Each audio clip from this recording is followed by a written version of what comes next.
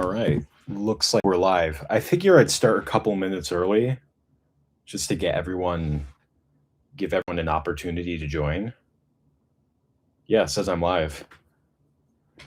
What's going on, everyone? I am joined today by the fruits of the previous stream's labor, Popeye characters. How are we doing? Oh, Rules, you're already here. What's up? Yeah. No, I've been really excited to do another stream. Josiah, how you doing? All right, yo, we're already at five viewers. Yeah, so this was like, I don't know why I put my phone over there. This was like totally unexpected, but I had such a fun time doing this the other day that I thought, why not do another? Uh, we worked on these bodies together, and now they have heads. But yeah, I started them in the previous stream. Now, actually, before we get into the puppet making, so earlier I uncovered an old animation that I made when I was like 10 years old. I see you there, Rules. What's up? So we're going to do a little live commentary on it. Totally spontaneous. But yeah, I also, you might notice that my audio sounds a bit different. So I'm actually doing this on my computer's built-in on-deck microphone. Last stream, I was using the camera's microphone, which is a pretty good built-in microphone, but I tested out the stream with my computer's microphone, and it sounded so good. It's like really, really clear. You hear the difference? But yeah, no. So I thought I'm going to use this one instead. And YouTube's streaming feature has a really cool, handy built-in screen sharing option. So I'm going to do that too.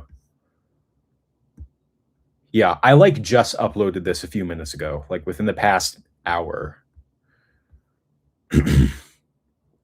Just pulling it up really quick. Oh yeah, here it is. 52 views, hour ago. All right. Now how do I put this up? Let's take a look.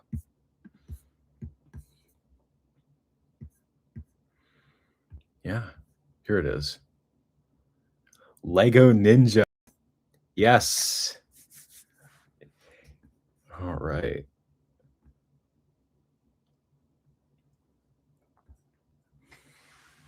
I'm going to wait a few more minutes to give like other people an opportunity to join in on the stream before I start this. But yeah, in the meantime, you can check out these Popeye characters. So I don't think I declared officially what I was working on the other night. I'm part of a Popeye Reanimated collab. The guy who is running it did a previous Popeye Reanimated collab. I forgot exactly what it's called, but the talent that they have for this project appears to be really good. I'm part of the Discord server, and it looks excellent. So I thought, why not just jump in? It's probably been a good 5+ years since I've even done a Reanimated collab. Yeah, Rules. You can hear the microphone difference, right? let me know if it's a bit too loud.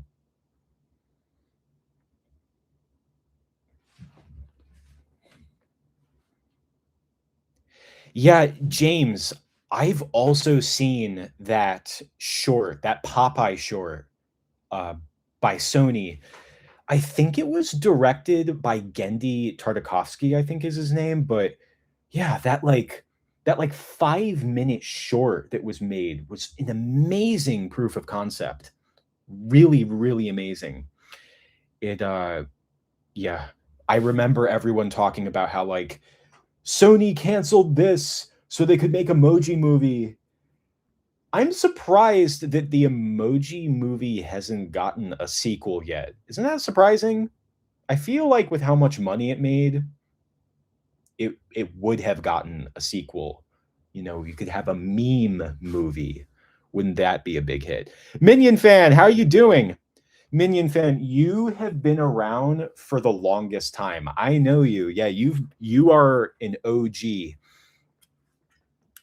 My mouth is super dry all of a sudden.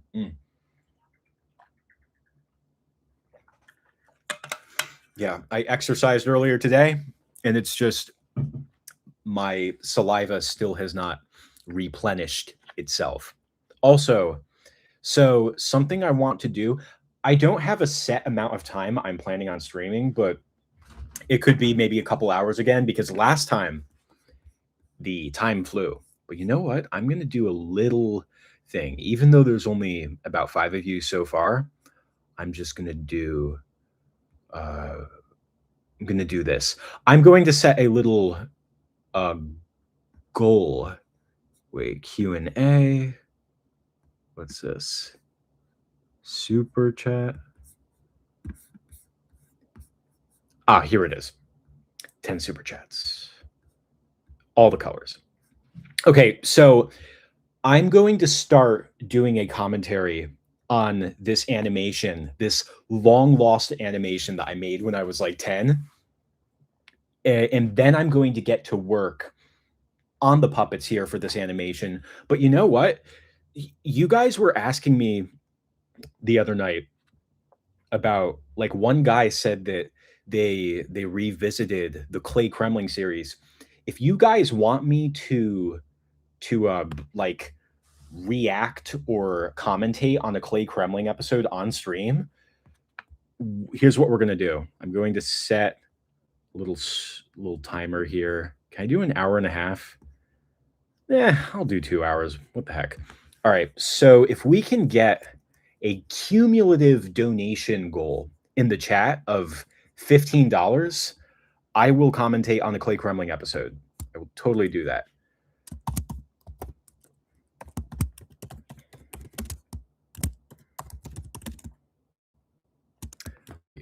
Commentary. Yeah, should be good.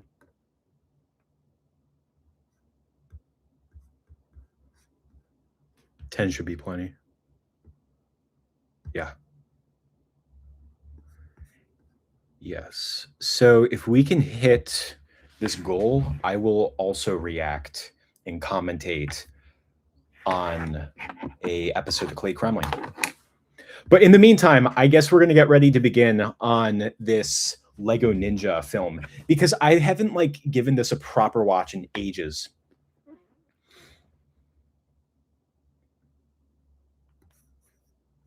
Popeye encouraged you to eat spinach. I've always liked spinach.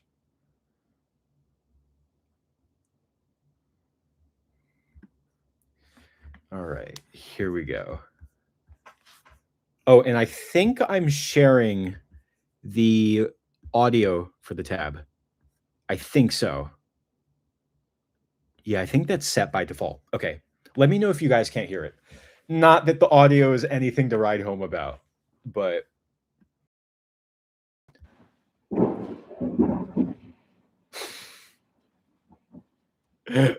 oh my god, dude, wait. The Ninja. This was a chair in my house. Like some chair with like an African I think African upholstery on it that my mom did, and because my mom works with fabrics, and I just filmed it right there. But I love the Lego lettering.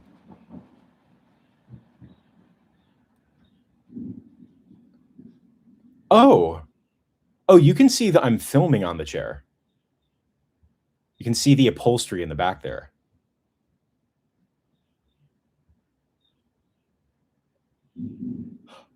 Oh.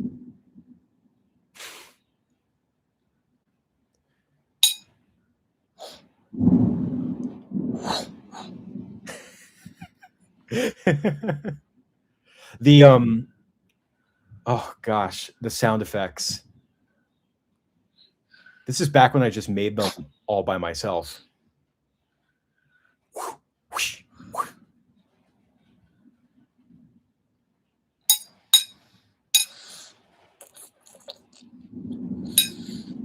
I did a little gore sound effect. You hear that?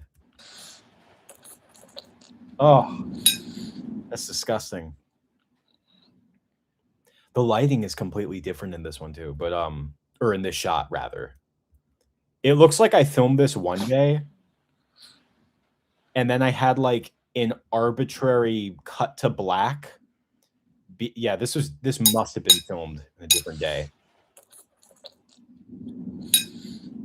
Also, you gotta appreciate the the the kitchen butter knives. This doesn't sound anything the same, but I distinctly remember just getting, like, a couple butter knives from the kitchen and just knocking them together for the sound effects. Doesn't sound anything like a sword. Adorable nonetheless. The lighting is, like, kinda harsh in this shot. I'm kinda digging it. It's very dramatic. Super Banana Man, what's up?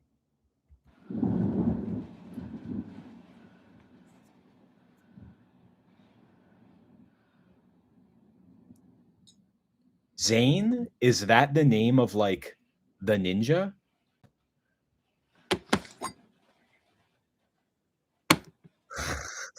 Wait, what? Wait, I gotta see this again. There's so much to go with every shot. You can hear me breathing.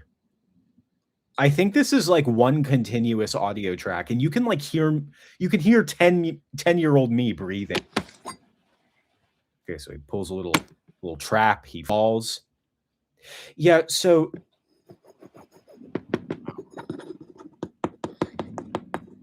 it really sounds like an earthquake.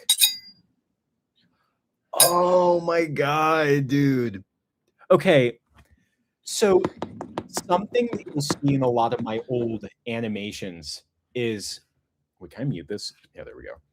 So something that you'll see in a lot of my old animations is back on my old stop motion program, I had this ability where I could continuously, like, hold down the camera button and take pictures. It would just do it continuously. So I would, like, grab the camera and move it around and shake it, and it would just, I could, like, kind of capture in real time because nowadays when I film, when I take a picture, the camera needs to open its shutter, close, process the image, all that stuff. I can't do that in a professional stop motion program. But in my old one that I had when I was a kid, like, these are just, like, JPEG photos anyway, so they're just captured instantly. So that was how I was able to get that effect of, like, the fall, for example. Like, I just dropped him and just continuously took photos. Same thing with the earthquake.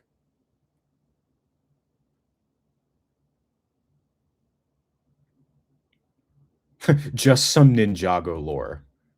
I also like the closing wall, kind of like Star Wars, Episode 4.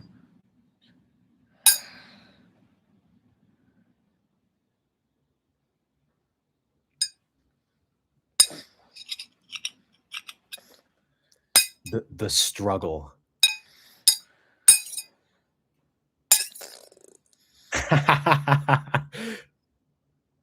The backwards the stab.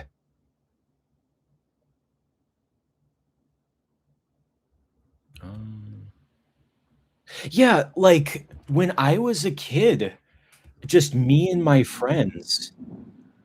Whoa. I do not remember that. Yo, that's really intense. Oh my god, that's cinematic. Anyway, what I was gonna say was, like, growing up, me and my friends, we would do this with Legos, except we would just play with them. We wouldn't film them. But when I would go home, I would love to film them.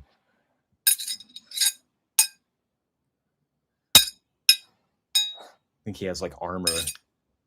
Oh my God. Okay, he did an arbitrary slide across the floor for some reason. Lethal Lord, we're going over an animation that I made when I was like 10 years old. I found it in my archives and I just uploaded it. Thanks for coming, by the way. Oh, we got 14 viewers, yo. Oh, and this guy. This is the boss.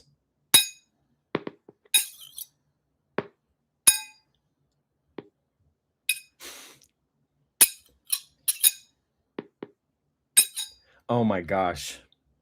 Those sorry, there's a lot happening here. Those kitchen knife sound effects are so goofy. I can't take it seriously.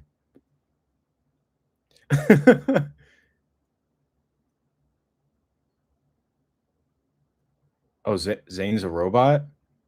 Huh. I did another animation, which I just found recently, where I had a character who was revealed to be he looks like a robot, but then he's revealed to be a person. It's just a little coincidence. But anyway, so this is the fight with like the boss.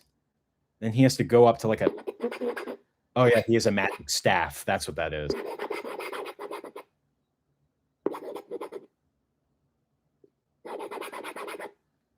Wait, what? He makes a cliff for no reason.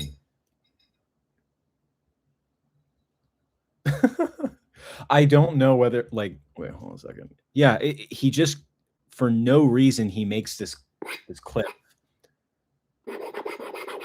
This is what happens when a 10-year-old directs a film. Yeah, Lethal Lord, I was saying earlier that like in the audio, you can hear me breathing, like being like when you're a kid and you're like trying to breathe quietly.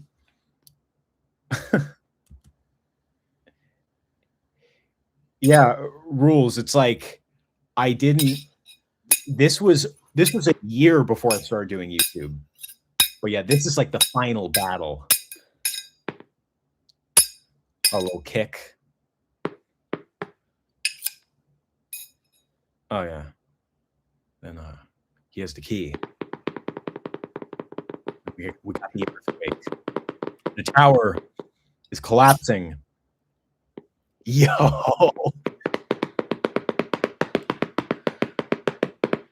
I guess it's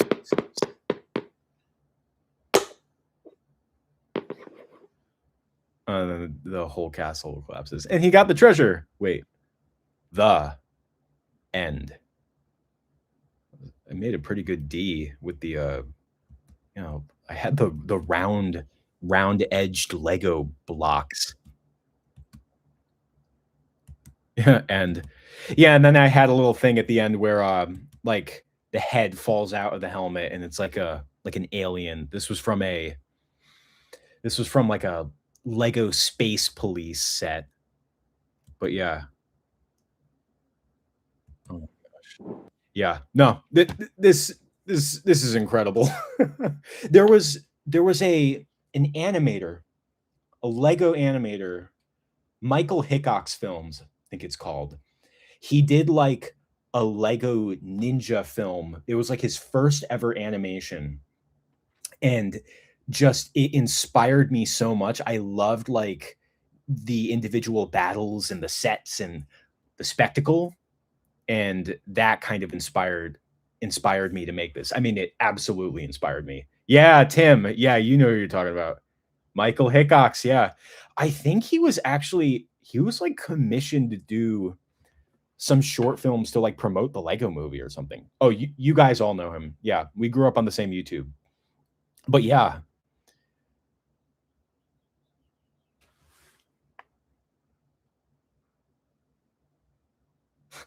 The fighting consisting of butter knife sword clashing and falling to the ground is so legendary. Yeah, it's oh my gosh.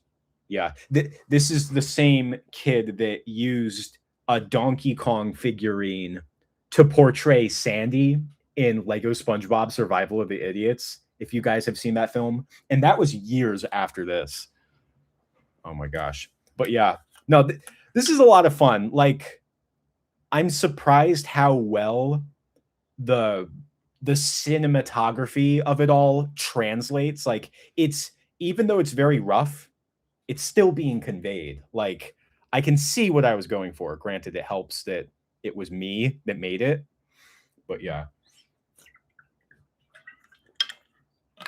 Excuse me, I'm trying not to sip. But yeah. Um but oh my gosh, that pan is crazy. But anyway, yeah. So this animation I found on an old hard drive, like it was like my mom's old computer or something like that, and I couldn't believe that I found this. So I just uploaded it. It's available to watch my channel. It's public, and you guys, yeah, you can enjoy it forever now. It took, my gosh, 14 years almost for this to come up on YouTube. I don't believe it. Yeah, once I started doing Lego SpongeBob's, that pretty much kind of dominated what I was publishing onto YouTube for the longest time. But yeah. Anyway, yeah. No, it's this is great. Have you Jake and Adam? There was a stop motion Lego series I watched called Rob and Jake, I think it was. It was a Lego SpongeBob themed channel, and that was like a really big inspiration for me to start making Lego SpongeBob films on my channel. But Rob and Jake stopped posting like right before or right after I started doing it. I think it was just like a dad making films with his son. Those are amazing though. Yeah. But Jake and Adam, yeah, I don't know if that's related to Michael Hickox. Because I know that Michael Hickox had like his own like duo character series. But yeah, I'm gonna stop screen sharing now. But yeah, oh, that was fun. And yeah, and in the meantime, I am going to get to work on these guys right here. So in the previous stream, I just applied the black clay to create the bodies.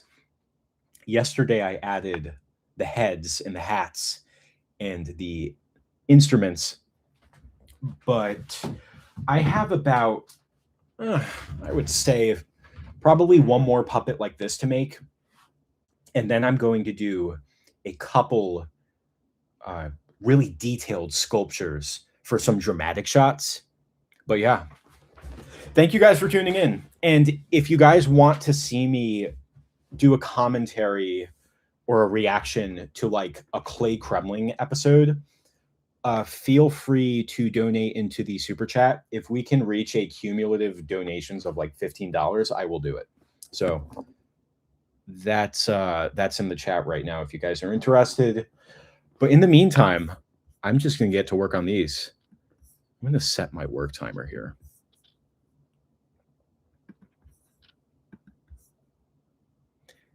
Yeah, I absolutely love working on the puppets. It's like you get your hands messy. I don't like to get my hands dirty much in other facets of life, but this is an exception.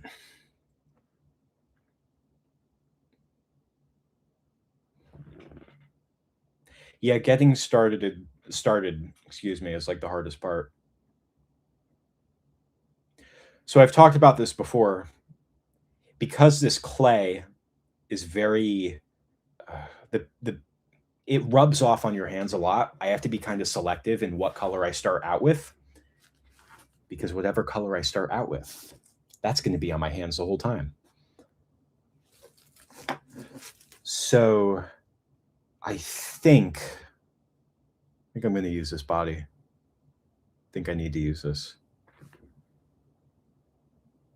Yeah. All right. That's what I'm going to do. I will do that. All right. Here. Just going to get these guys out of the way. So initially, I need this puppet of Popeye. It's like a ship captain. And then there's going to be a brief string trio playing on. So the idea is that Popeye is having like a flashback. He's in the war. He's on a ship. Ship is sinking. Everyone's freaking out. Everyone's losing their minds. And as like a little reference to Titanic, I'm going to have like a string trio like playing music as the ship is going down, because a big part of this collab is having movie references. I was going to sculpt 3 men playing strings, including a cellist, but then I decided for just a little variety in the shot to use, I think this guy's called, what's his name? Eugene the Jeep. He's going to be playing the cello.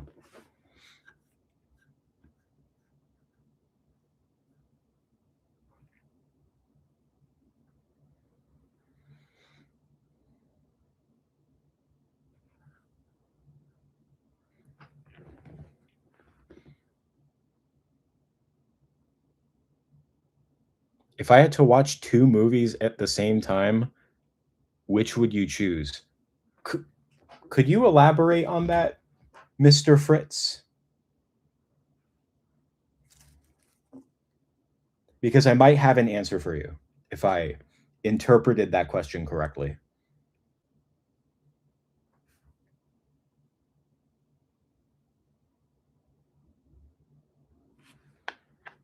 All right, you know what? Captain or Chief, and I'm going to put this next to the camera. There we go. Captain Popeye here, he needs to have decorations on his suit. I think I'll do that now. Oh, yeah.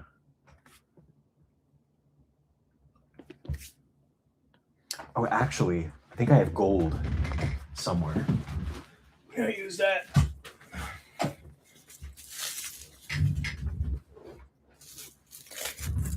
If I had to play 2 movies side by side, okay. If I were to play 2 movies side by side, it would be Star Wars Episode 2: Attack of the Clones and Star Wars Episode 6 Special Edition.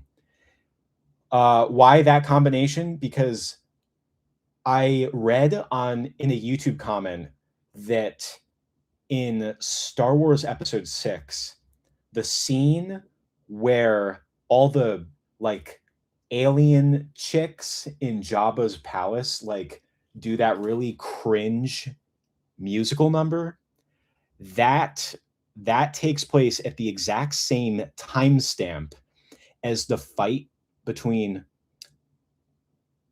Count Dooku and Anakin and Obi-Wan. Actually, I messed up. Episode 3, Revenge of the Sith, not Attack of the Clones. I think I said Attack of the Clones. But yeah, I heard that those start the fight between the 3 of them and that alien dance number that takes place at the exact same timestamp. And I just want to know if that's like actually a thing or if that guy in the comments was just messing with people. I'm genuinely curious because that would be seeing that fight between Dooku and Anakin and Obi-Wan with that music. Just the image of that is so funny to me.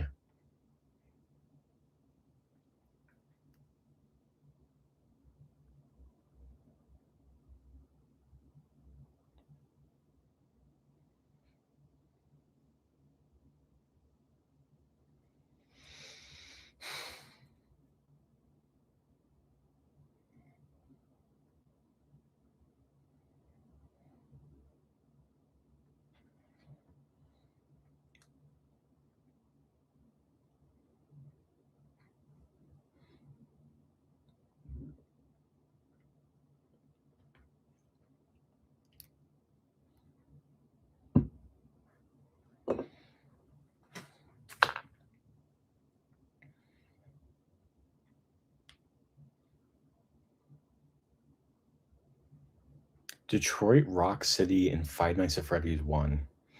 Awesome.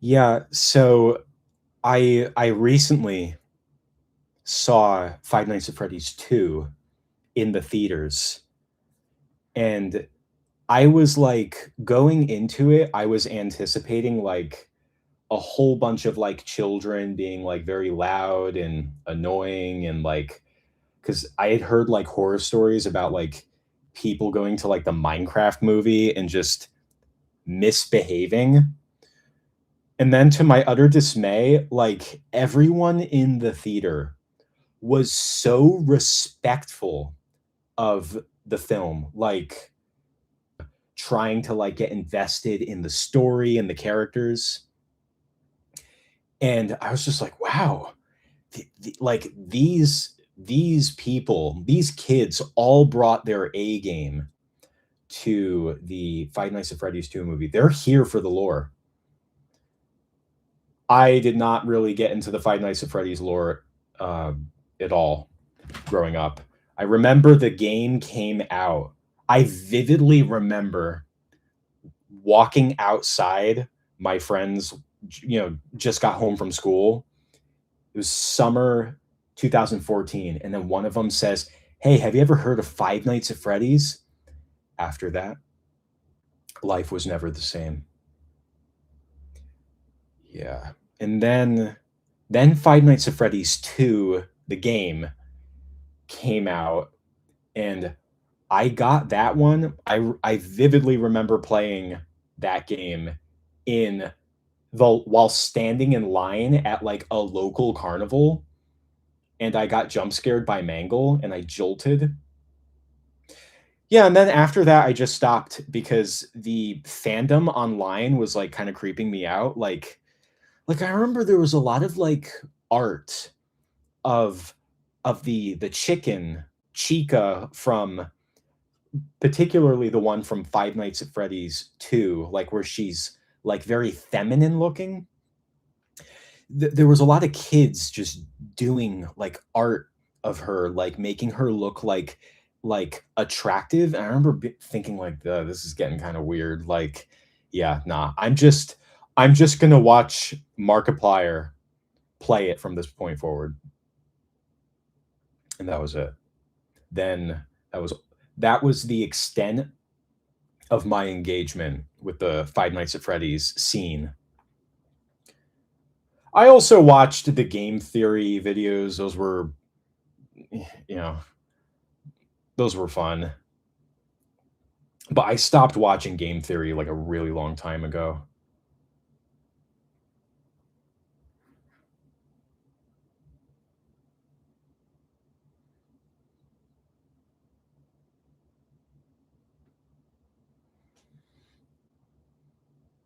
Yes, the FNAF fandom does respect the lore. I will What got to me the most, like, I talked about how everyone in that theater was super respectful of the movie, but, like, after the movie ended, everyone starts getting up, they're all leaving the theater, this and that, credits are playing.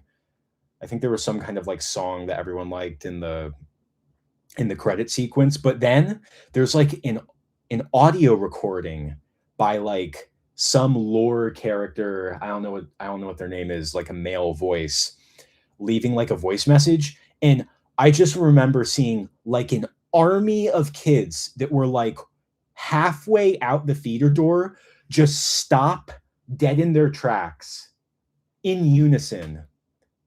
Like, if any of you guys have seen that new Vince Gilligan show, Pluribus, like, where all the people are, like, they share the same central intelligence, so they all operate as one, like, it was like something out of Pluribus, like, watching just a whole group of people just all as one, just stop just to watch, like, and observe what was playing the credits, and, like, one of the kids was like, "Shh," and I was like, "Oh my god."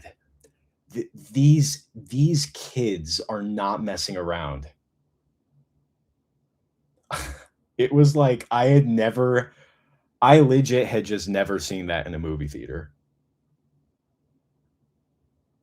There was like a couple parents there that were just like on their phones the whole time, but no, those kids, they meant business.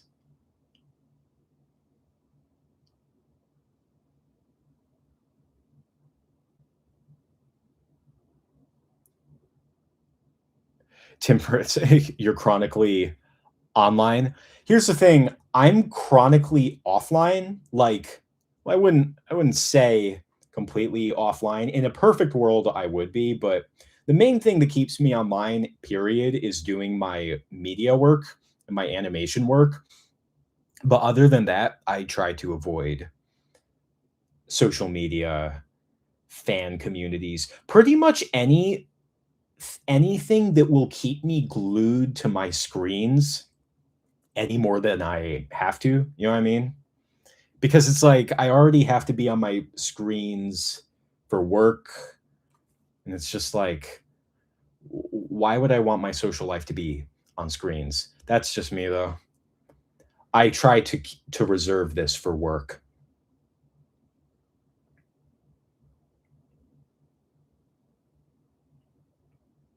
Yeah, Matt Pat retired from game theory. I heard about that. I don't know how permanent that'll be. Like, huh. I know nothing about what the last few years of game theory, I almost said Game Grumps, of game theory were even like, because I don't even remember when I stopped watching that show. But yeah, I was really into it when I was a kid. Yeah, I think I need to get some colors here.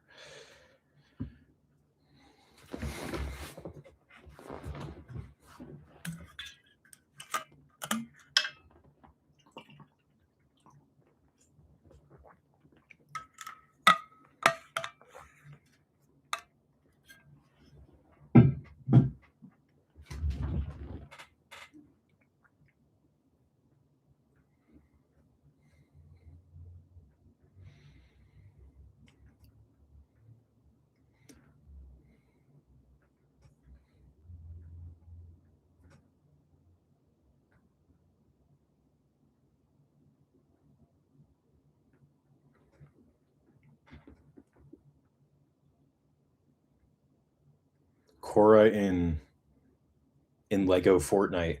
Yeah, Fortnite. I've never played Fortnite. I remember when it was blowing up. When oh gosh, I'm trying to think how old I was when Fortnite blew up. I must have been like maybe 16 because I distinctly remember it blowing up in like 2018. Must have been about 16. But yeah, I was like, nope, nuh-uh, not touching that. I'm trying to think what I was playing. I was probably, oh, I wonder if I was still playing GTA 5 at the time.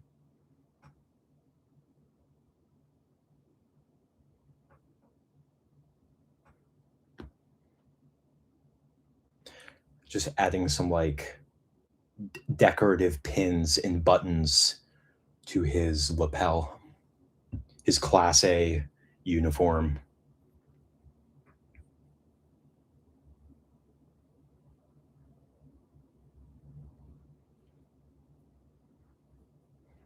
Hey guys, how you doing?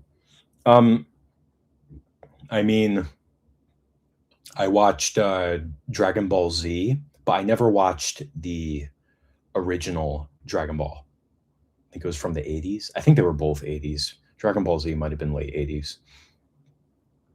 Yeah, I tried numerous times to watch Dragon Ball Z all the way through, and it was like I absolutely like I the characters are classic and the mythology is like so iconic, and there's like a lot of like really great moments in the show, but the writing is just so bad that I just couldn't, like, I tried multiple times to watch Dragon Ball Z all the way through, but I just couldn't. I think my most recent attempt to finish Dragon Ball Z, I got as far as like the Cell games, and like I was just waiting for the fighting to begin with Perfect Cell. Like there was so much build up to that character, and then they just like Hercule Satan like wouldn't stop messing around, and it was just chewing the scenery, and I got so annoyed that I was like, yeah, I can't do this. But yeah, Dragon Ball in other contexts, definitely into. The Dragon Ball Super Broly movie was amazing. I love that movie. And I loved Dragon Ball Fighters, the video game. I played that so much when I was a teenager.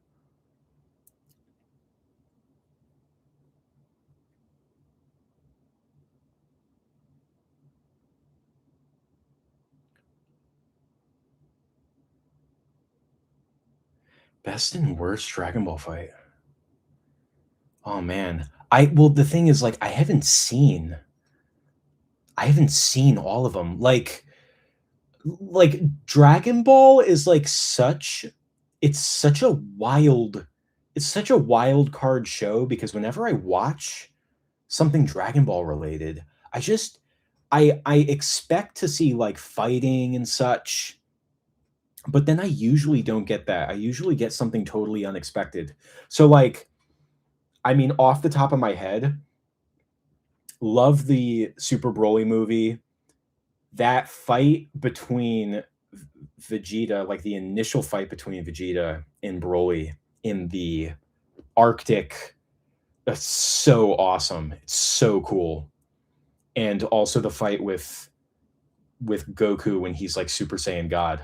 Loved those fights.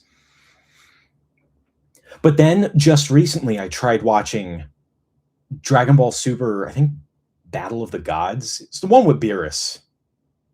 And I'm just I'm expecting to see battling of gods, and they're building up Beerus as the god of destruction.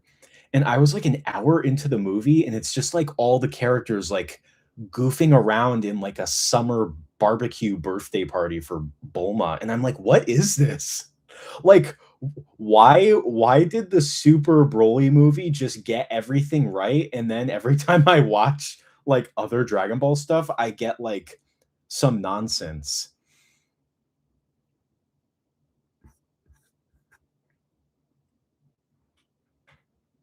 Yeah, when I was a kid, the I guess the anime that I like probably watched I mean a considerable amount of was the Pokemon anime from like the 90s. I thought that was so much fun, and the writing in that show I think just did such I mean, it's way different kind of writing because the show is way more episodic in the sense that every single episode during the main characters' journeys, they would meet a new set of characters, new environment, new conflict. Team Rocket would show up. It definitely was formulaic, but I thought that the storytelling was just so much more satisfying because even if you didn't like the episode, just the fact that you could start an episode of the Pokemon anime and get all of those story beats you need and have it wrap up neatly at the end, and then segueing into the next part of the journey. I just thought it was so much more satisfying to watch. And then when I would watch Dragon Ball Z, it was like nothing would happen in every episode. Like barely any plot would move in Dragon Ball Z. Like a whole 20 minutes worth of episode could happen and just nothing would very little would happen within that 20 minutes. Also the writing is just really bad from what I remember. I will never forget like the fight with Goku and Frieza. They're like they're just there was a part where Frieza says you have 5 minutes or something to beat me before I destroy this planet. And I was like, oh wow, that's extreme. Like Goku has got to move. Like, he's got to beat this guy because already Frieza did so much damage to the planet and its inhabitants. And then the fight lasts for like an eternity, like 5 hours.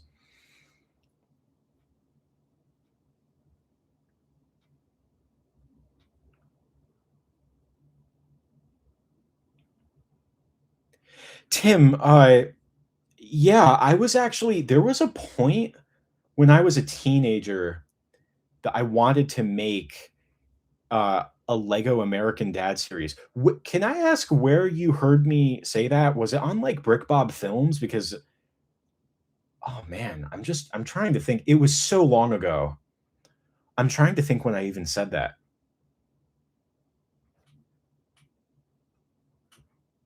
That must have been like 10 years ago at this point. Because I think when I yeah, it was November 2016 when I ended Lego SpongeBob and started doing clay Kremling. I did that for like 3 years. But yeah, I'm trying to think, did I ever like I mean, I clearly I must have announced it like on YouTube that I or said that on YouTube that I was thinking of doing Lego American Dad, but I do not remember what the context.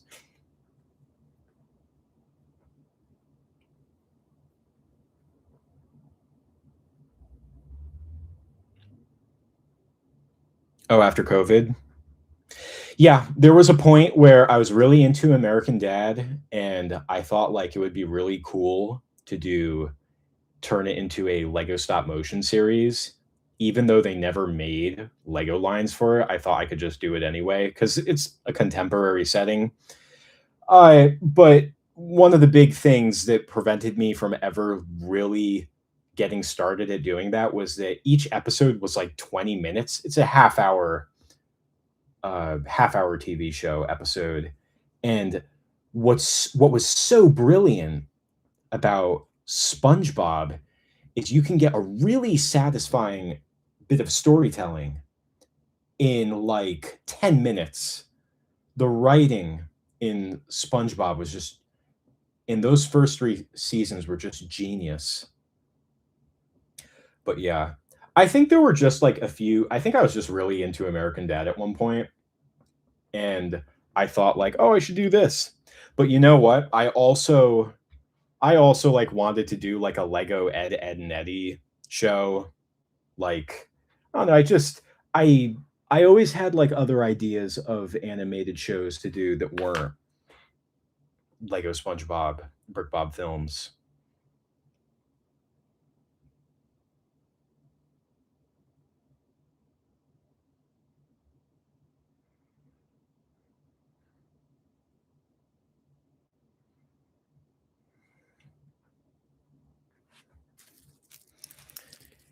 Animes that I have had interest in watching. Hmm.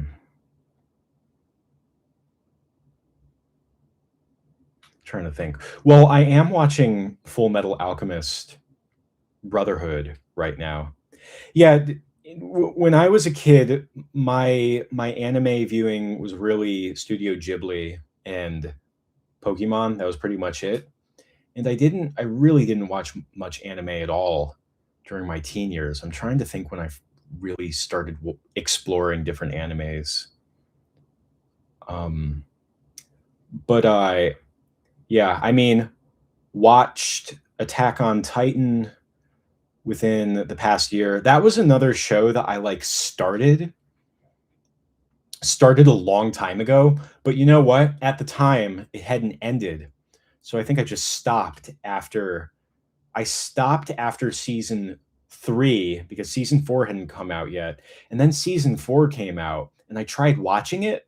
In the beginning has like a completely different cast of characters at the very start. And I was just like, oh no, I can't do this. But then eventually I just rewatched the whole show from scratch.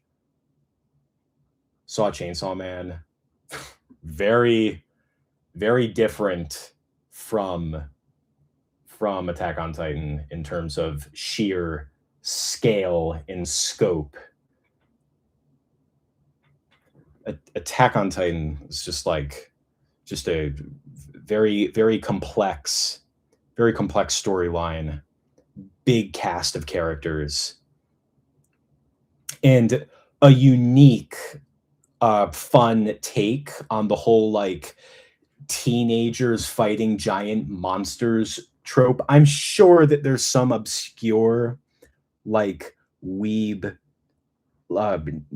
name for that genre of anime, but I no way could I pull it off the top of my head. I do not know what it's called.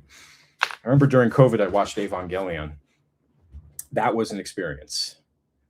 That was another like fun existential crisis dystopian what the heck take on the kids fighting giant scary monsters trope.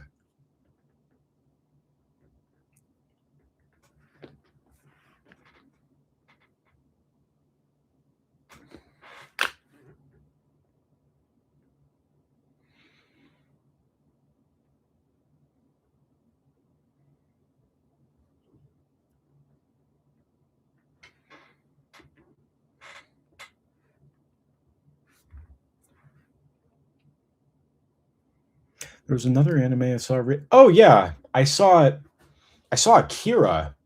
I'm trying to think. Oh yeah, I saw Akira a few years ago for the first time, but I watched it again recently, and oh my god, just the animation and the the sheer scale and iconic imagery of Akira is just like mind blowing to me. Like the animation quality in Akira is very interesting because in a way it's like it has all of the the peak animation attributes of anime, but it doesn't have the constraints that anime shows typically have, because a lot of the stylistic imagery and animation storytelling in anime, the reason that it exists in the first place and the reason the anime,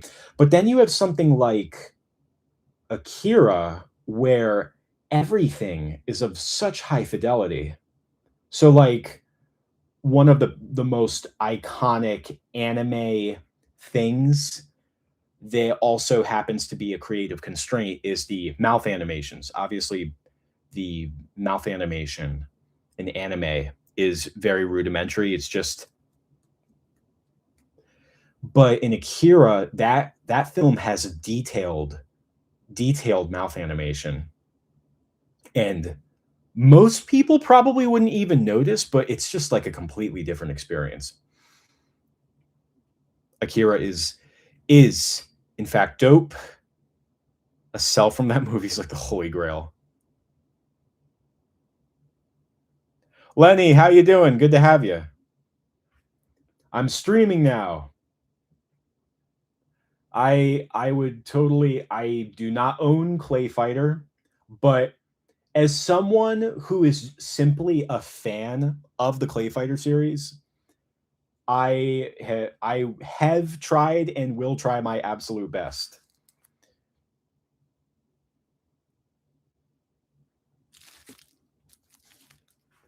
I've got the Elvis haircut style. Nah, not Elvis. Blue suede goo.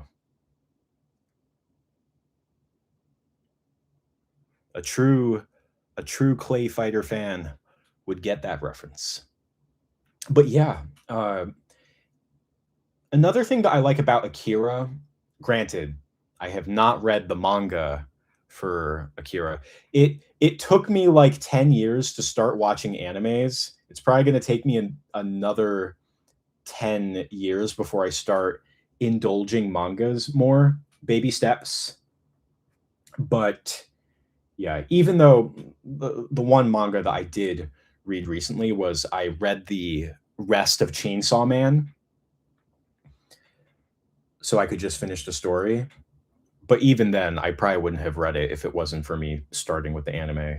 But anyway, one of the things that I like about film as opposed to television is I really do enjoy the art of being able to tell a story within a confined amount of time, because I think that there are so many TV shows out there and everyone has so little time that when I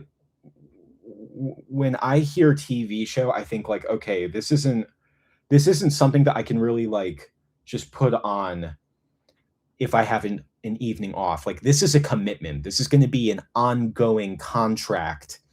So there are numerous different stages in the storytelling of television that you need to devote yourself to. So, for instance, like from my experience, season ones of TV shows, first season, they always tend to be the most tedious because, of course, at the beginning of a story, you're usually going to have a lot of exposition. Now, when you're watching a film, you can get that in the very first act. The first, like all the exposition you need, all the world building, all of that is achieved within the first act. Then you can get to work having fun with the plot and the characters and so on and so forth. But in television, the most tedious part of the storytelling process often is the exposition, usually. Not all the time, but usually. And usually a part of the storytelling which is achieved within the first 20 minutes, like in a film, is stretched over an entire season. And it's just like, oh my God, it is such a drag to get through. One of my all-time favorite TV shows, Breaking Bad. Yeah, I know I'm very unique there. But as much as I love Breaking Bad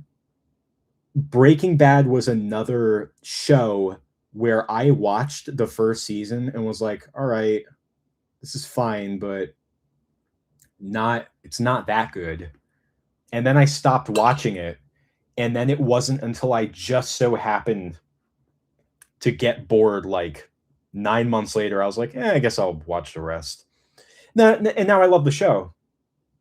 But that's the other thing with television is that like as the story is unfolding, you every time you're watching another episode of a TV show, you're giving that show your time, hoping that you're going to get some satisfying payoff later down the line. And I'm just like, oh man, if this show like doesn't like if the payoff that this show is setting up doesn't get me later on, then I just devoted all this time to watching something for a payoff that really just wasn't that intriguing. Like once again, I think that there's such a magnificent art to being able to do that in a film when you only have so much time to convey material and story. But television, you have so much more time and the format is so different. It's meant to be a serial. It requires a lot more commitment, and even the best TV shows are going to be riddled with filler. So like Breaking Bad, again, that show's amazing. I love it. It's great. But I've seen Breaking Bad 5 times, and when I have rewatched Breaking Bad, there were points where I'm like, oh yeah, this is complete filler. And my brain just removed it from my memory because of that. It was that insignificant. Like you can't avoid filler in a TV show. Which is the reason that I just couldn't get into Dragon Ball Z, because to me it was just filler like 9 times out of 10. It's got some great stuff in there, great imagery, great narrative beats, great mythology, iconic characters, all that stuff, but the amount of exposition is just too much for me.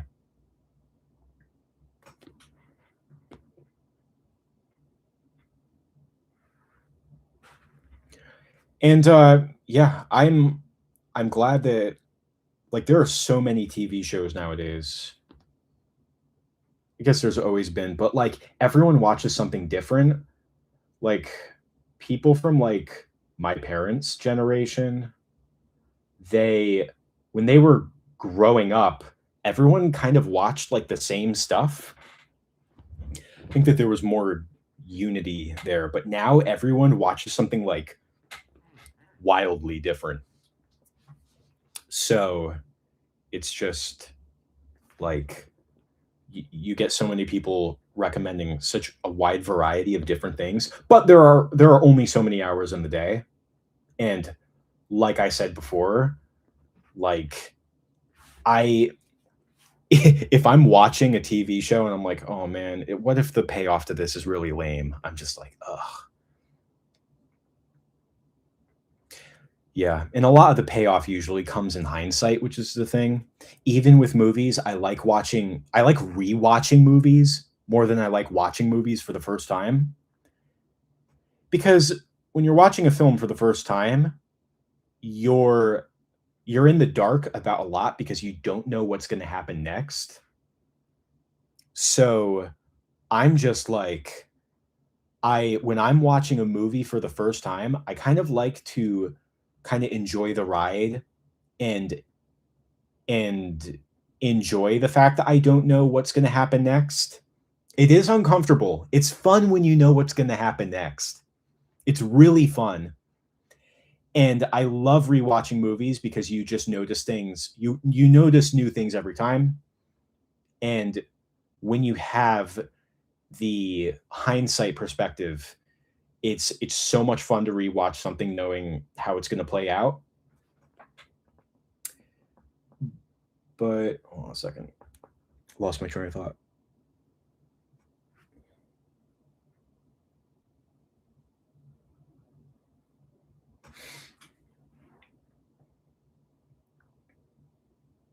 But yeah, with television, to get to those payoff points and to understand where the story is going, it usually takes a lot longer. I know that there are people that like really enjoy predicting movies while they're watching them for the first time, but me personally, if I'm trying to connect the dots and predict how the story is going to play out, that usually means that I'm bored. Like if I'm enjoying the movie, I just want to enjoy the ride. But if I'm so bored that the primary means to amuse myself is by saying, "Oh, this is going to happen next. This is going to happen next because this blah blah blah set up and payoff blah blah blah." That means that I'm just bored out of my mind. Like, hold on a second. I need some water. I'm gonna give you guys an example in a sec.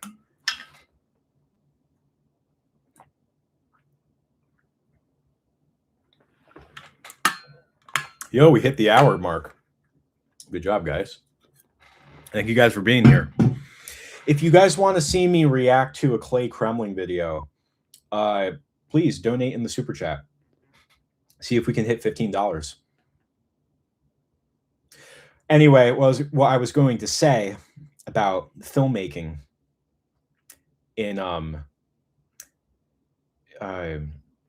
so like recently I watched my friend showed me the new like we do this thing where I'll show him a movie he's never seen before and he'll show me a movie I've never seen before, and he recommended the new Jurassic Park, or Jurassic World rather, Jurassic World Rebirth. And I was like, already I've hated pretty much every Jurassic World movie. First one's okay, really dumb, but you know, it's kind of a novelty. But Jurassic World Rebirth was just so, it was such garbage. Such garbage that I was so, the most entertaining part about that whole movie was just being like, oh, this is gonna happen next. This is gonna happen next. And oh my gosh. Yeah, that's garbage. Garbage film. Sorry, I've been on a tangent for a while. I see we got a lot of people in the chat. You guys are asking questions. I love this.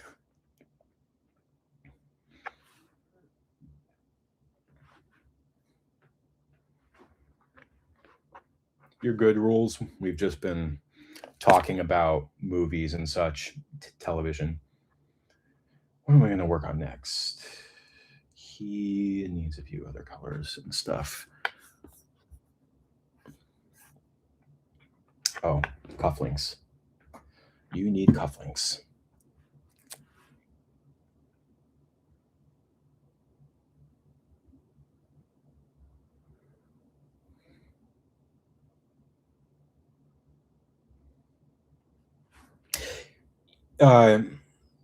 Yeah, filler. I'm trying to think off the top of my head, but like there, I mean, I've seen Breaking Bad 5 times, but like trust me, there are moments in Breaking Bad, like it is a relatively tight show. Not a huge cast of characters, at least I don't think. I mean, the world building's really good, but it does it it's not too big. And but even then there are like a lot of moments where you're like, "Oh yeah, this is not advancing the plot or the story." Maybe you just have like some arbitrary character interactions there, but there, trust me, there are points in Breaking Bad that are just straight up filler. Um, I remember there was one episode, like this is the most infamous episode of Breaking Bad, but The Fly, that's like the ultimate filler episode. It's one of those episodes that you either love or you hate. The Fly, I don't think, is a very good example because by design, it's meant to be a filler episode and it changes its writing very briefly in order to navigate that.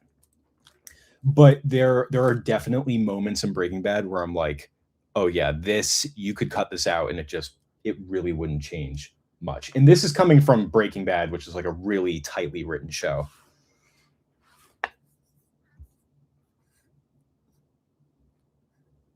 How you doing, everyone? All right, let's see what I'm going to work on next. These guys need gloves. Yeah, they need gloves. I'll give them.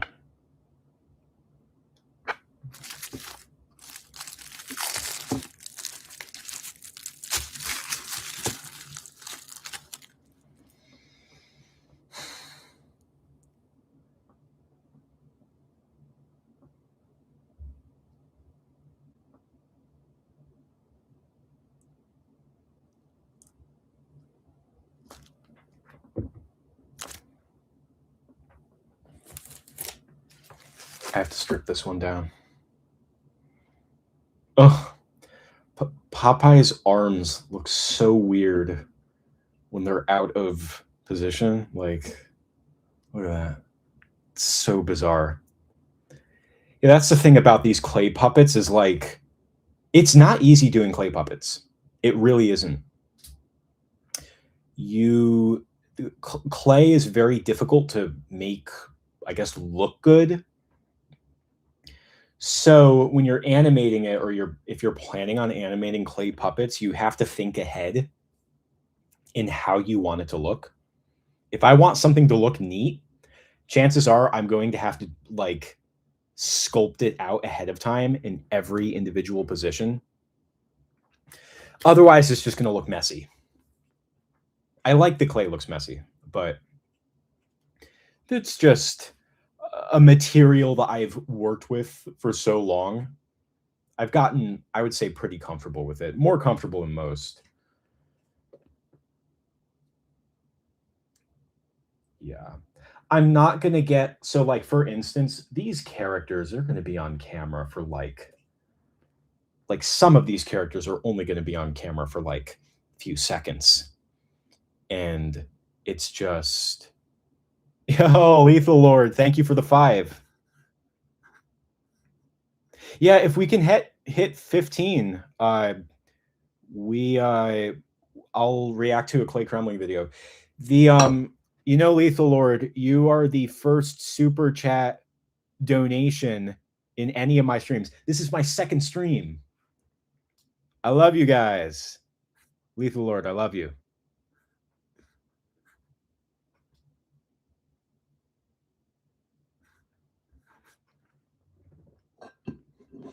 I'll enjoy your teal in the chat. I'm going to drop you a like as well on your comment. Can I? I think I can. Yeah, no, it just if you guys can donate, and you know what, if you don't want to do super chat, you can also check out my Patreon. But yeah, I'm just I've said this multiple times that for a while now, I've been wanting to find ways that I could involve you guys in the process. Yo, Tim, thank you for the 2. Vegan Taco Bell. That sounds terrible. Unless it's good. Hey, Tim, I appreciate you anyway. I'm glad to have you here. Yeah, it's tough out there, but I really appreciate it. Shout out to Lethal Lord and Tim. The heck was I going to say? Oh, yeah, but yeah, I want to find more ways to involve you guys in my process and show you just what goes into making these projects. Because it's just there was a time, I think, with animation on YouTube where you could just put an animation up on YouTube and it would get a lot of traction, but the algorithms have changed a lot. Not to say that there isn't animation that does well, but relying on the algorithm completely to create a sustainable amount of cash flow to continue supporting doing your artistic work or doing animation, it's become increasingly unreliable from my experience. And this is coming from someone that did Brick Bob films and started doing that in 2013 YouTube. It was such a different time. But that was one of the things, this whole experience of dealing with the algorithmic and cultural changes, because it's not just algorithm, it's also the culture of YouTube. All of these changes has kind of forced me to try and figure out new ways that I can go through my animated projects and my past animation work and find new ways to involve you guys in the process. And my first stream the other night was a really great turnout. Just letting you guys know that your support the other day made me want to sit down and do this again. I thought I was gonna get maybe 1 or 2 people in and out, but no, you guys are all here representing. You got 8 people. Just to show you guys this little technique I use. This Popeye puppet, it looked like he was made out of white clay, but I want to show you right here. Is it focusing? When I peel it back, it's actually it's not even gray. It's a mush of old clay that I used in the past. You see that? I call it filler clay. I keep old clay and I reuse it for projects. So if I were to peel this off and just show you the inside, it's a lie. It's filler clay with white clay pasted over it. White clay gets so dirty so quick. So taking any effort possible to conserve the white clay is very important.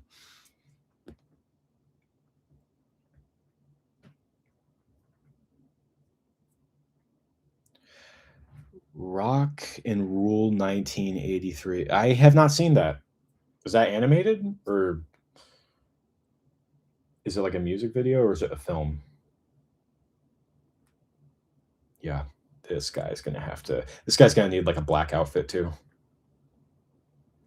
Black, I am not so concerned with getting dirty because black is black. If like, just looking at it, if there's any lint in there, I cannot see it. That's what drives me crazy about the bright colors, is any lint or just any debris whatsoever is pretty visible. They're both animated films. Rock and Rule, Heavy Metal. Excuse me. Are they related somehow? Like, are they part of the same series? Yeah. Oh, you guys might get something out of this. So you'll see on Popeye's severed forearm, there's a little anchor tattoo. So what I did was I took a magic marker. Sometimes I'll do this. I'll just draw on the clay. The clay picks up the ink pretty well. I typically don't do it on clay that I plan on reusing, though.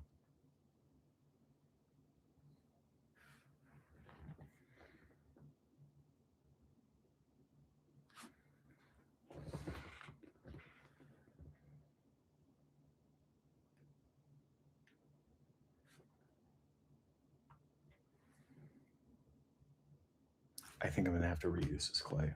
Yeah, that's the thing. Disassembling the puppets, I have like a way that I do this, because this clay I'm going to want to reuse because it's all the same color, or it's all one color rather. It's not filler clay. There's no filler clay underneath, like with the white, which means I want to reuse this. But there's just very bits of just imperfections. It's kind of hard to see. I don't think you're going to be able to see it here, but there are imperfections in the clay, very small bits of dust, smudges of other colors, just muddiness that kind of gets on it. And what I do is I take a special tool and I just scrape it off the surface to just try and keep it clean so I can reuse it again. Where's the plastic? Yeah, what I've always done is with the clay, I would just kind of wrap it in plastic wrap and just put it in a drawer. But I do want to get a better system where I don't have to do this. Like, I would prefer if it was in like Tupperware or something. Let's see. Maybe I'll give them hands. Yeah, I think I'll do that. Yeah. So before I start getting black clay all over my hands, look at that. New filler clay. Before I start getting black clay all over my hands, I'm going to continue to work on some of these other characters. I think I'm just going to give them the flesh colored hands. I think I'm going to do that.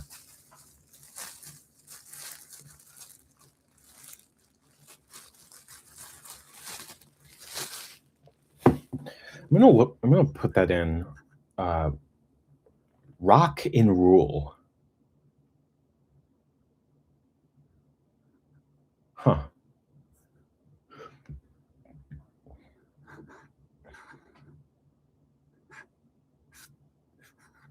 I'm going to put that in. Oh, wait a second.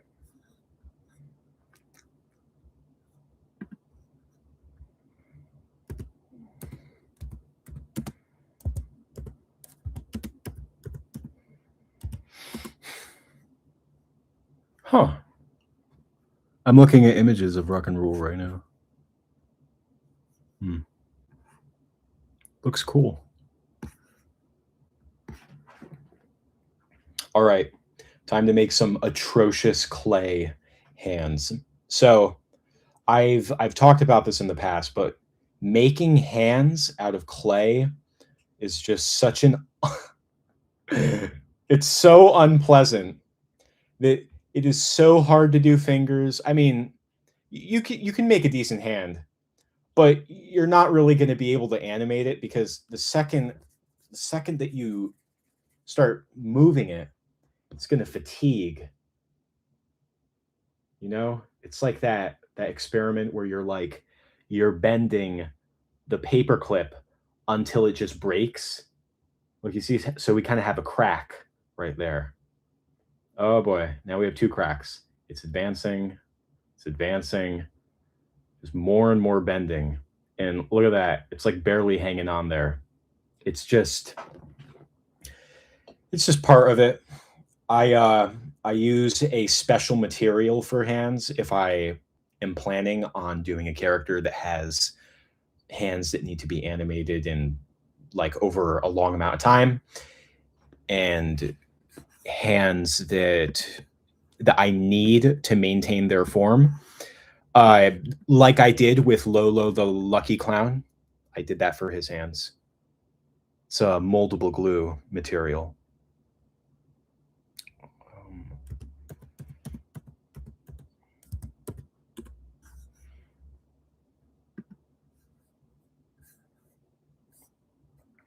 I need to see how a person holds a violin. I see. All right, we're good.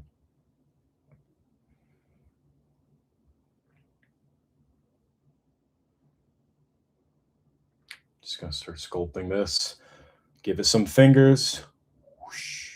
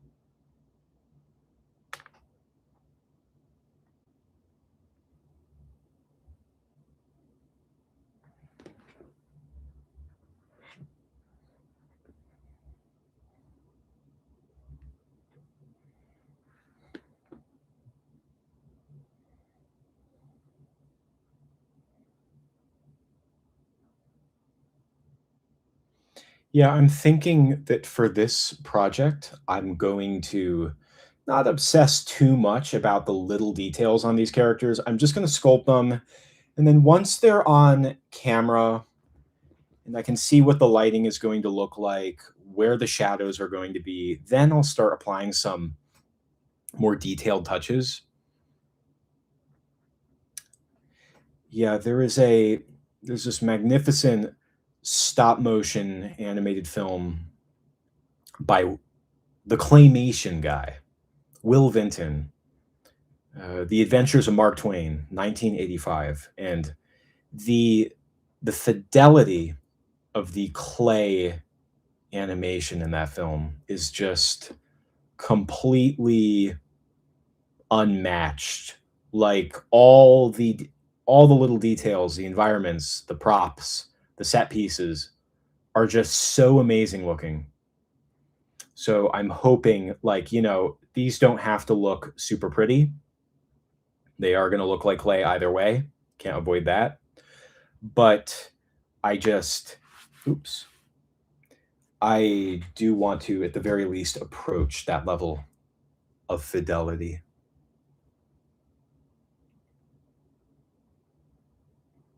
I don't know if any of you guys have seen The Adventures of Mark Twain, but it's ahead of its time.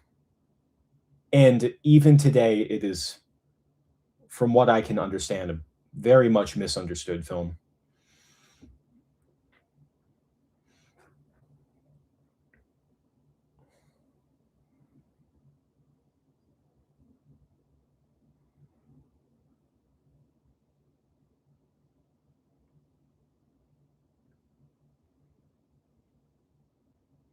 Yeah, I don't need to animate the fingers on this guy's right hand, so I'm just gonna sculpt the hand out.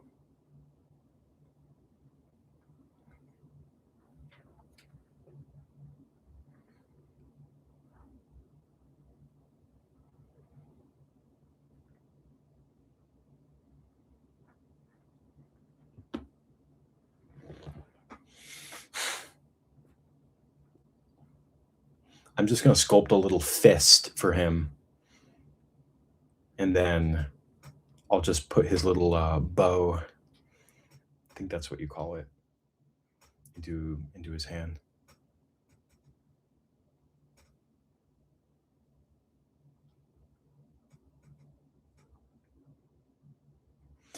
Yeah, Tim, if you're trying to do, like, digital cell animation, there's gotta be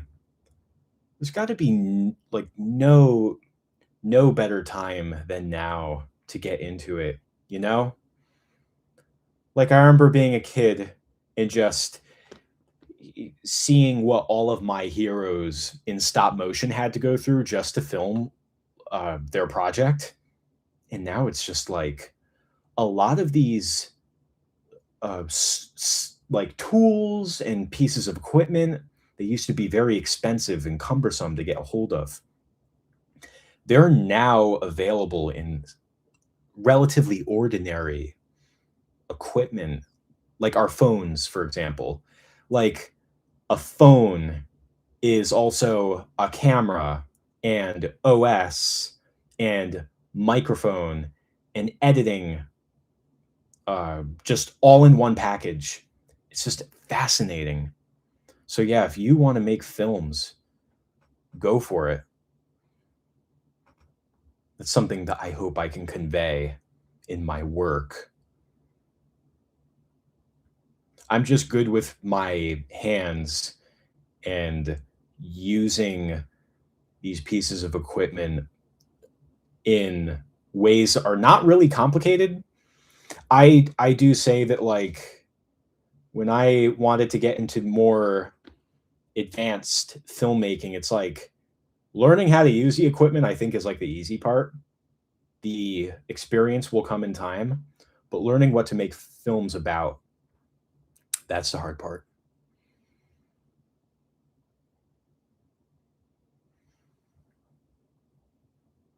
Yeah, the, new project ideas. So it's like I talked about this in my previous stream. So it's like I always have ideas. Some could be ready to go today, some not, but usually there's some kind of like a push to get me into saying like, "All right, I'm going to make this now. Like now is the right time to make this." In the case for this project, I've been on board this Popeye reanimated project for, gosh, almost a year. It's crazy how the time flies. But I've been on board this project for almost a year. But I was so busy with work, Brickbog Films, among other things, all throughout the winter, in the fall, in the spring. But then I got through it all, and now they're trying to hit a deadline for this project of they want to have it come out October, I think is what the current plan is. So I was like, shoot, okay, I got some time. There's a deadline. Why not do it now? But new project ideas. I absolutely want to try making an original film. I kind of started my career by remaking other properties, Brick Bob Films, for example, and imitating a lot of pieces of media that I enjoyed growing up, whether it was video games or TV shows. I imitated a lot, but now making that transition into saying like, okay, I want to take all these skills that you're seeing on display right here and making an original film with it. So how do I write a film or conceptualize a film to the point where I'm like, yeah, now it's ready to be I'm now ready to sit down at my desk, start making puppets, and just get this done. This is definitely an exercise, and like even something like the Clay Fighter musical, that was definitely a film, but something original, something where I can tell stories because I know that I have a lot of these hard skills of like or hands-on skills rather of making puppets, setting them to animation, but once again, like what to make films about, that's the hard part. But it can be done. But also I think another point I want to bring up is there are so many means of distribution nowadays. You can distribute your project on to Instagram and TikTok. You can distribute it onto YouTube, long form internet media. But what I have in mind, what I'm really curious about is trying to distribute in a more traditional route, the film festival route, which is something that I've never properly done. But I would very much, at the very least, want to try doing it once. I figure even if I like didn't like doing a film festival, or if I made a film that just wasn't good, then at the very least I could say, okay, am I going to try this again and maybe do better next time, or am I just, this isn't for me? Either way, I could move on. You know, I could say, okay, maybe I prefer to distribute to YouTube. But either way, there are things that I can do here on YouTube that I just can't do in a film festival route. Like I can't have this ongoing relationship with my audience in a film festival route the same way that I can here on YouTube. How's this guy's hand look? Yeah, it's gonna go like that. Yeah.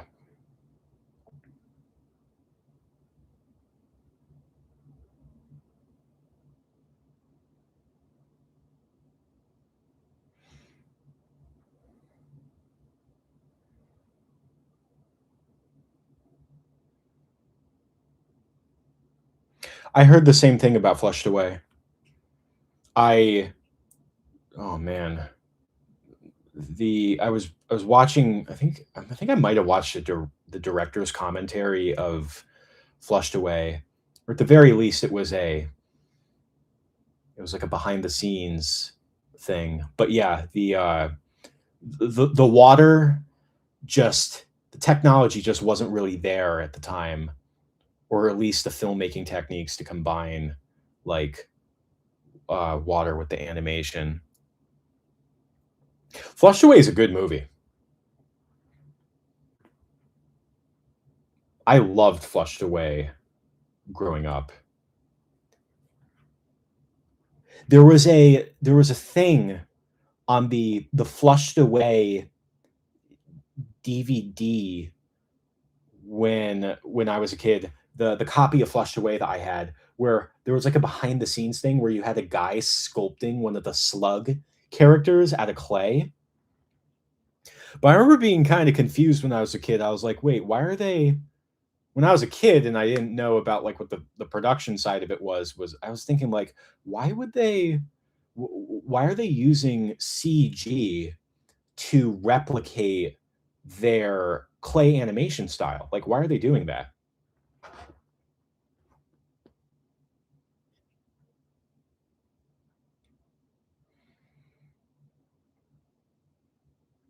And then when I saw that like making the slug thing on the DVD extra, I was like, wait, so did they do this?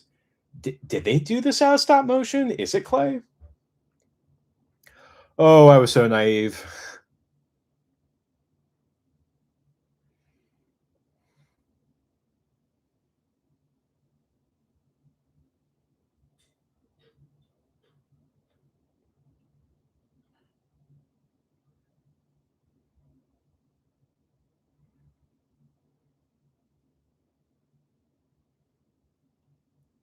Uh, so I do not cosplay or anything like that, but there's absolutely there is absolutely that fear of like, oh, what if I get judged for this piece of art? I think I mean, at least from my experience, I've gotten better about not worrying what other people think. Like, I've gotten better about moving forward. But that doesn't mean that I don't worry, like, because of course, when I'm making a film for an audience, I think it's especially because, like, because I have, you guys, for example, it's not like I've never made a film before. I've been doing it for a long time on the internet. Is that I want to make the best work possible. And I would say that usually when it comes to doing something out of your comfort zone, like if you're afraid your idea won't work, it usually ends up, it's not nearly as bad as you envision in your head. So, like, for instance, when I did my stream, it was my first live stream, and this is coming from a guy that never wanted to do live streams of me working on a project. I think I was probably thinking of doing like gaming live streams when I was like 13. Obviously, that never happened, and I don't care that I didn't. Like, what would that have achieved? But yeah, I thought like, man, what if I start a live stream? No one comes in. It's gonna be like whatever. Like, oh shoot, like maybe I shouldn't even do this. I'm gonna look like a fool. I've never live streamed before. Like blah blah blah blah blah. But I gotta say that from my personal experience, that voice that says like, oh, what if I look dumb? Like, what if I get judged? This or that or this or that. Most of the time, it's just anxiety, and it really ends up not going nearly as bad as you think it will. Like, I enjoyed doing my first live stream so much the other day that here I am now doing it again. You know, I got people in the chat. We have almost 10 viewers. You guys are donating. You're asking questions. We're talking about all types of things. And that's so amazing. And I wasn't literally my second time ever doing this.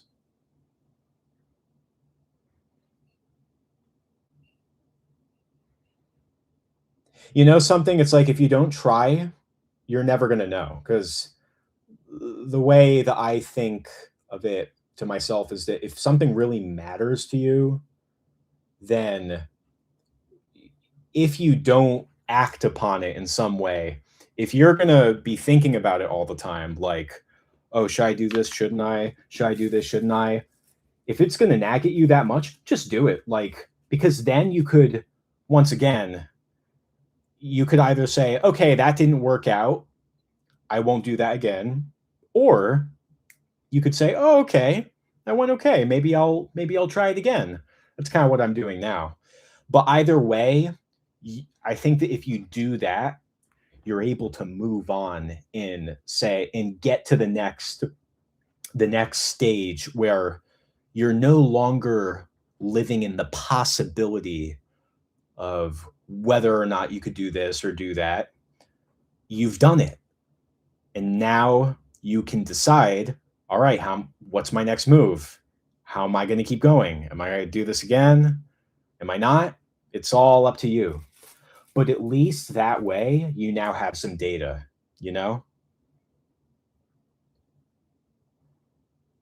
Because I got to say that there have been times, especially related to my creative work, because I've been back at it full time now for, oh man, I oh, less than 2 years, but still, like, a big thing that I've been doing is trying to get out of my comfort zone and doing things that I thought I could fail at, or things that I thought I would never do before, but it ended up just being so wonderful. That's why I've been doing a lot in the past few years.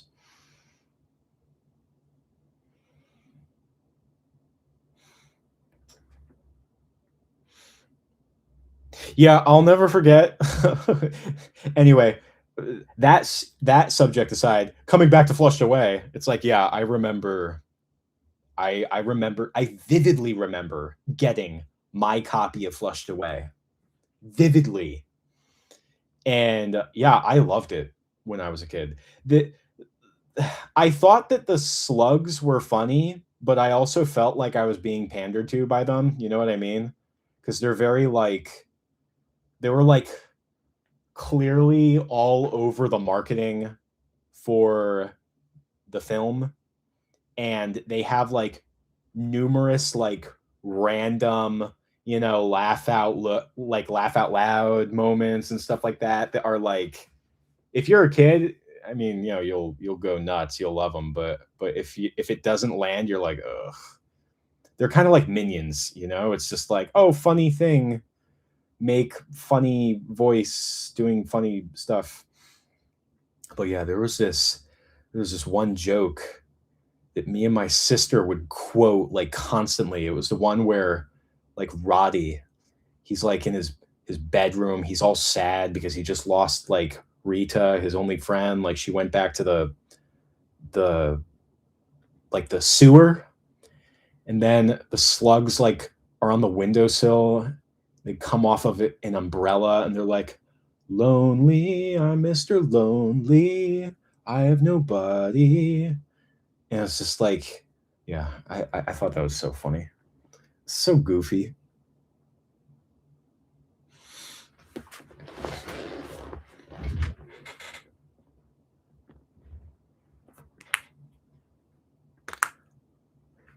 Cloudy with a Chance of Meatballs.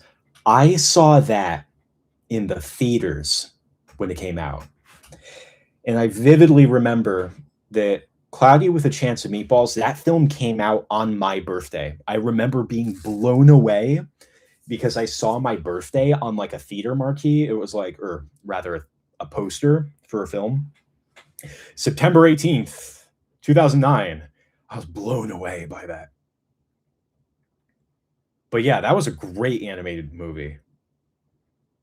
I I connect with the main character Flint Lockwood so much in that movie because he's like, you know, he's oh man. Well, first of all, Bill Hader, I think is how you say his name. Him as Flint, such a great vocal performance. He has such a good voice for Flint, and just like Flint, the writing for Flint Lockwood, his like very weird moments where you can see that, like, oh yeah, this is like how a person who was the weird kid in school would come across as in like a social situation. Like there are numerous moments in that movie where it's like, oh yeah, Flint was the weird kid in school, and that's why he's like socially inept at very peculiar, like very peculiar moments. Um, like little social cues that he just doesn't really pick up on. Like it's just like, oh my gosh, there there's just so many like really like awkward moments with him that are just so brilliant because it's very true. Like I'm trying to think of like an example off the top of my head. Like there's a moment where like Sam Sparks is like trying to get like all deep with him, like tell her like her childhood story of like being bullied at school for being weird. And she's like, "Can you keep a secret?" And he's like, "Nah." And she just kind of looks at him like, and just little things like that that just tickle me. But also the fact that he's like very obsessive like about his work. He has his own laboratory where he invents and experiments, and I'm like, that's basically me with my animation. It's really no different.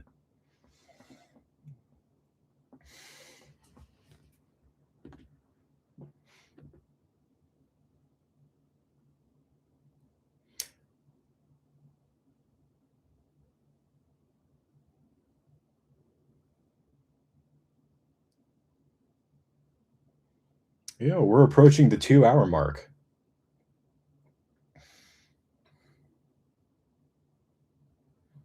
He could not understand the fishing metaphors. He could not. His dad, the dad character in that movie was so funny. The single eyebrow. It's such great character design.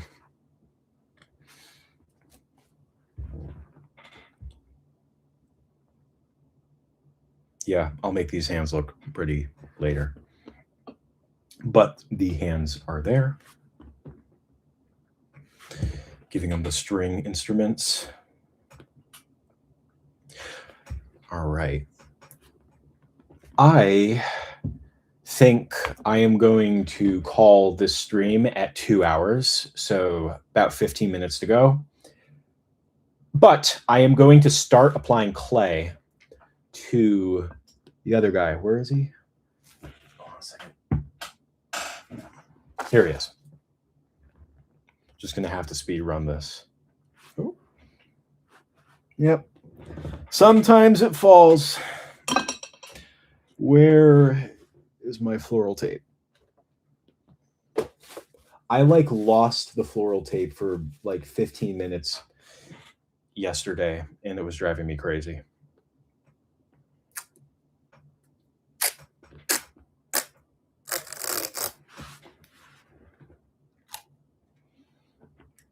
Yeah, Flynn is a character. I'm trying to think of more moments with him where I would totally be like, yep, that's me. As 100% me.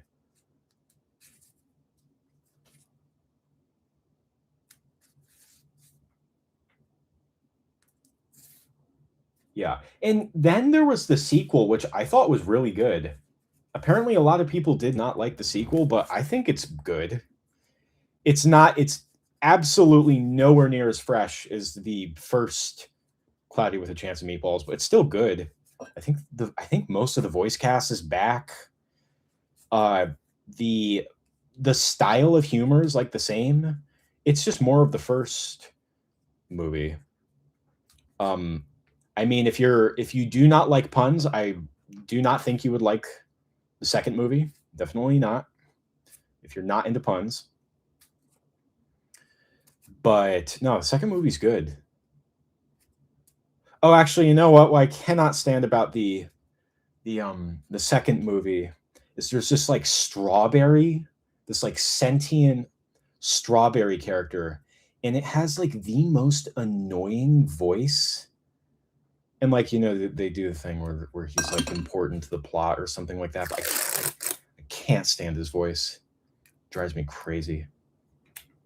I'm not going to imitate his voice on stream. You're gonna have to pay me a lot of money for that.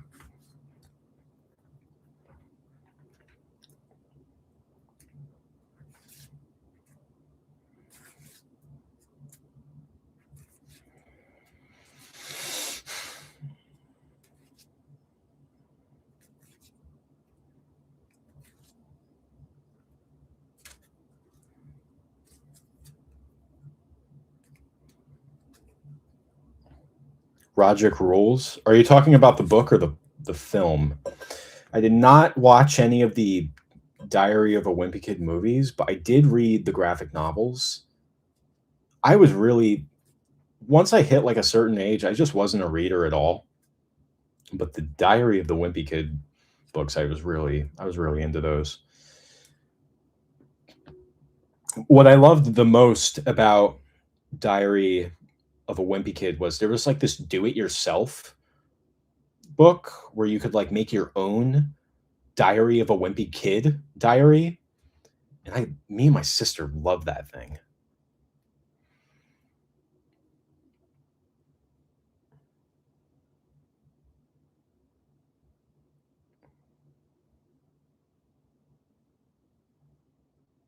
James Nerdman, I strongly believe I know what YouTuber that you are talking about.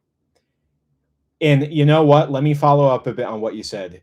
I remember that he also made a review talking about how he just despised Cloudy with a Chance of Meatballs too.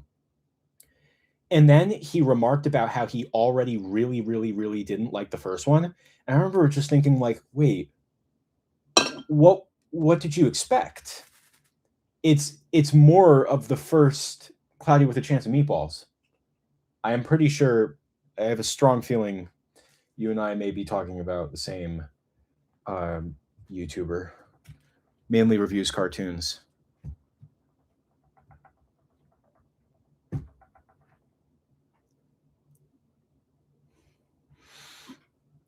Oh yeah. No, yeah, Flynn running into the house. I don't know about the true crime reenactment, but there's a scene dedicated to Flint running, like he runs into someone's house and just starts just attacking people with snowballs. And they do like funny things with the animation in that film where like one of the kids that he like throws a snowball at, they like fall in like a really like a dramatic, like they just got like shot in the eye type way. It's like it's so funny. I love seeing little details like that that, you know, most corporate suits are probably not going to notice. But like, so like here's like another like sort of adjacent example that I was thinking of when I was in the bathroom like before I started streaming. There's this joke in the first Bugs Life movie. I say first like there's a second. There is no second. Not yet. Oh, wait till they start doing live action remakes of the Pixar classics and you get live action A Bug's Life. Oh man, that's gonna be great. Anyway, there's a joke in A Bug's Life where like I think the bird is like attacking somebody and Flint's like, I'm gonna save him because he's so smart and courageous, and he jumps off of a cliff. And then like the stick bug in the background, I love the stick bug, by the way. He was my favorite. He says, "Oh no, he's committed pesticide." Oh my god, dude. I'm just thinking like Pixar would never do that in a movie. I'm surprised they have not gone back in like re-edited that joke out, like ADR that joke out, or put like some kind of a trigger warning on the Disney Plus streaming. And I'm like, dude, there is no way that anybody would make that joke in like a kid's like animated movie nowadays, especially Pixar. You know, Pixar, they're making Elios. No way would they do that. But oh my gosh, it's just like it's so funny. Oh man. Still, it doesn't come close to the weirdness of Ants. Ants by DreamWorks. That movie is so bizarre.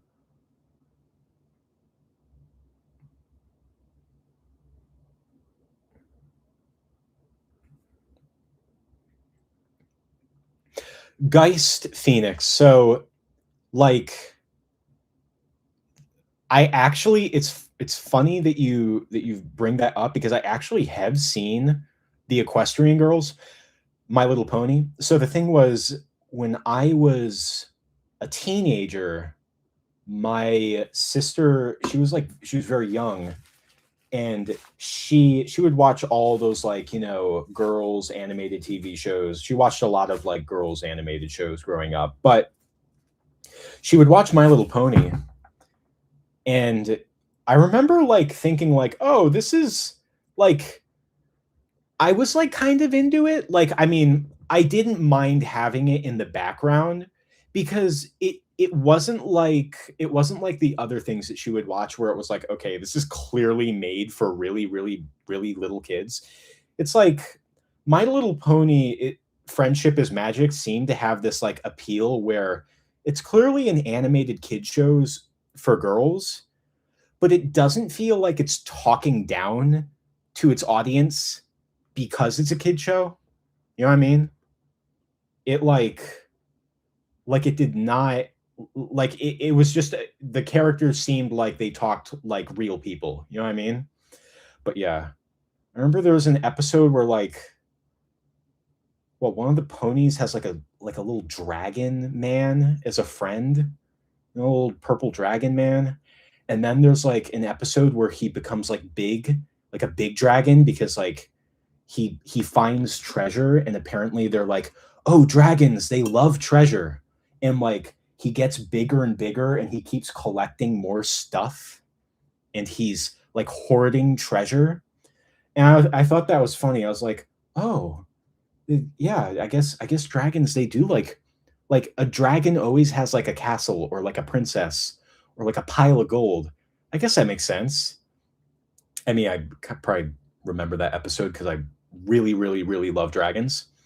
But yeah, it's just like, you know, I remember I didn't mind having that. I didn't mind having My Little Pony on in the background, but I remember when the Equestrian Girls movie like came out. Look at this. Look at an old man sitting. This guy's going to be sitting down.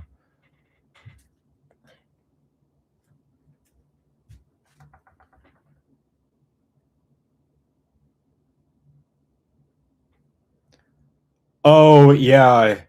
Yeah, so the oh man, I'm trying to think if this was like the first movie that did this, but Ants, that was like that was Pic not Pixar. That was DreamWorks' first film because they were trying to one up Pixar. Pixar was going to release A Bug's Life, and then they released Ants to kind of beat them to the punch because they had insider information. Because it just so happened that the co-founder of DreamWorks was a former Disney executive, and like Ants, that movie's cast is all just huge celebrities, huge, not voice actors, just celebrities. And like, nowadays that's common. Like, you have Pedro Pascal and Chris Pratt and Seth Rogen in every single animated movie. But there was a time when they would get voice actors, like actual voice actors, to be in these animated films, and they would do amazing stuff. Like you would have an oddball big name actor, or I don't know, maybe like a comedian or like a comic in an animated movie, like Eddie Murphy as Mushu or Robin Williams as the genie. But like I couldn't tell you who most of those actors in the Disney musicals were. Like I couldn't. Tom Hulce was like a big actor at the time. He played Quasimodo, but yeah, I couldn't tell you who anyone else is. But yeah, then when I think it must have been DreamWorks that popularized the trend of like, oh yeah, let's just get big A-list Hollywood actors to be in our animated movies, not actual voice actors. And now where it's like Mario movies, just like there's no voice actors in that movie. It's all just comedians and A-list actors and just like no, not a single voice actor. Just saw the Mario Galaxy movie, not a single voice actor in that movie, I don't think. But yeah, Ants had Sylvester Stallone, and he's goated in that movie. You have like Christopher Walken playing the villain. He's like, I'm an ant, and the colony. This actually, I think there's a different guy playing the main villain, but yeah, it's just, gosh, yeah. And then you have something like B movie where it's like the ultimate like culmination of like, yeah, just get a comedian, just get a guy and center the entire movie around him and make him into a bee and just there you go. Yeah, so bizarre. Over the Hedge. Yeah. That's actually something that I just saw. I rewatched it again recently. You know what? So I think okay, we're at the 2 hour mark. I think I'm trying to see. Trying to see if I'm gonna call it here or not. I'm trying to see what everyone needs here, you know?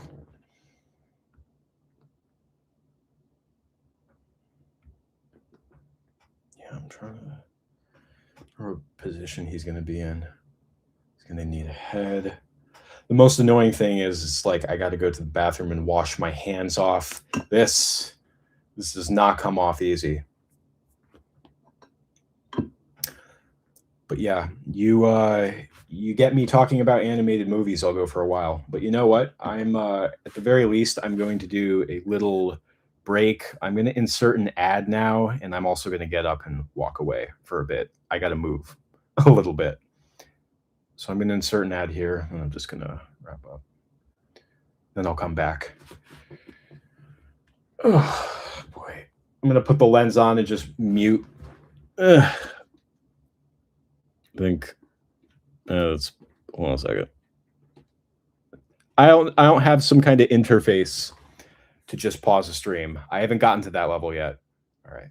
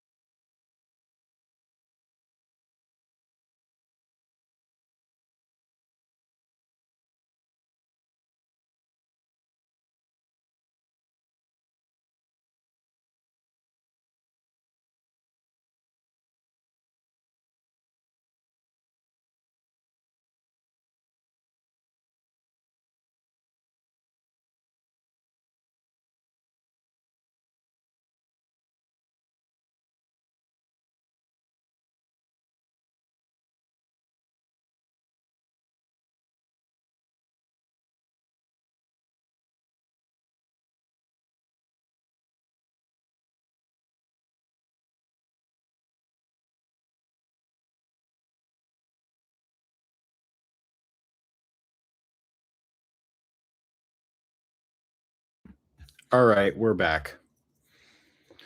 Sorry about the rudimentary will be back screen. I have not figured out how to do that yet. I don't know if you have to use like OBS or something, but yeah, I just kind of muted and put the lens on my camera. But yeah, but no, I had to get up and move around. I'll be sitting down for too long. Thank you. Oh, wow, we're at 16 likes. Thank you, everybody. Wait, let's just count down here. Oh, I think the thing for the donation goal is about to end. 4, 3, 2, 1. Is that it? Goal ended. Timer ended before reaching your goal. Oh, okay. Yeah, I'm still. Hey, thank you so much, Rules.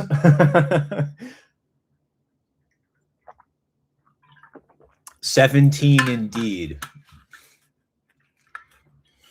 But yeah, we were discussing animated films, particularly DreamWorks. Started with Ants, and then yeah, yes, we are back. Yeah, I'm going to keep going. I'm gonna try and do another hour. We'll call it 3 hours. Yeah, the time just flies so much. But yeah, I'm just trying to figure out what I'm gonna do next. Yeah. No, I'm having a blast right now. This is so cool.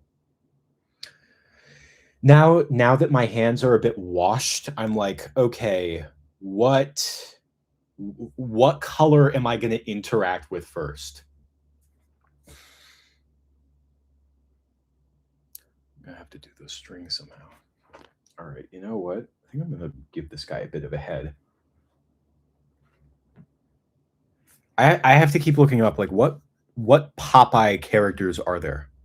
Because I have not watched Popeye since I was very, very young. Just trying to create like a character that fits the aesthetic of the show.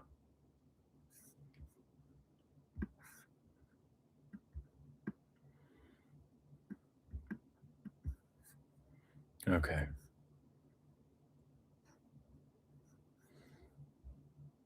Awesome. Yes. Such a shame we never got that feature film. That would have been cool. It's okay. At some point, the character will like go into the public domain, and then we'll get um some like slasher Popeye horror film, like what happened with Winnie the Pooh, like the very second he entered the public domain, or something like that. I think.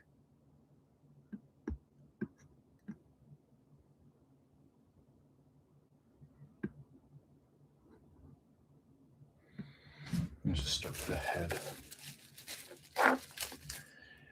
There is this tool that I like a lot for scraping the surface of the clay. I don't know where it is. I think I'm just going to use this.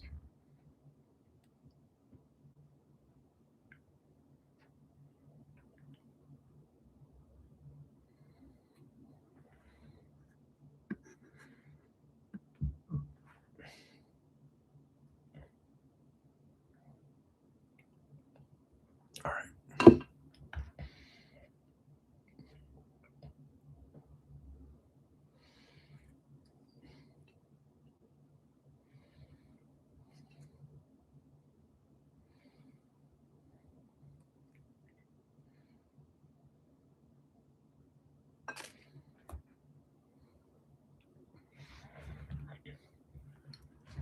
Yeah, getting back on subject of DreamWorks films, I rewatched Over the Hedge recently, actually.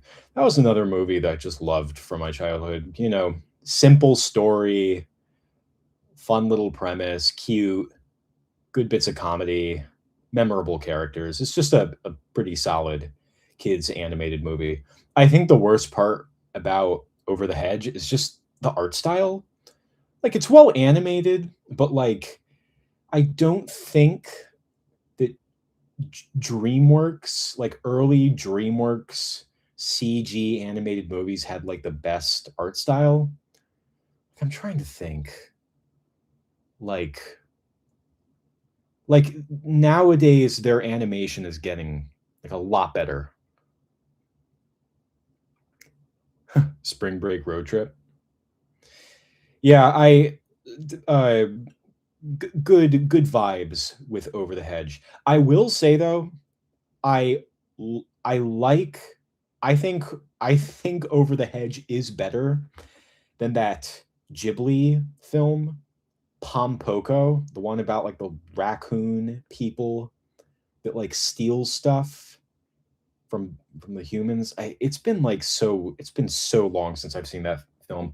I just remember being really weirded out by like the weird like how the raccoon people are all cute looking, but they have like balls that like they can use as like a parachute and they use them to like as a disguise. They do a lot of stuff with the genitalia. And I know that there's some a little um a little ethnocentrism on my part because there is supposedly a purpose for the testicles in God. That word's even worse than balls. I'm so sorry. Yeah, but the genitalia in the Japanese folklore apparently has some like significance that I just am not aware of. But yeah, I just remember being really put off by that. But mainly the thing about that film that would really get me was that I was like, it's too long. It's like a really long movie. It's like 2 hours or something. Over the Hedge was like just the right runtime. You know, nothing really outstood its welcome. Granted, this is like I feel like comparing those two films are apples and oranges, but I think it's because the premises are pretty similar from what I remember. I could totally just be like, you know, pardon my language, just talking out of my ass right now because I just haven't seen Pom Poko in a really long time. But like, yeah, I think even like the YouTuber Shay Frillis was like, oh yeah, no, that's Pom Poko. Over the Hedge is better.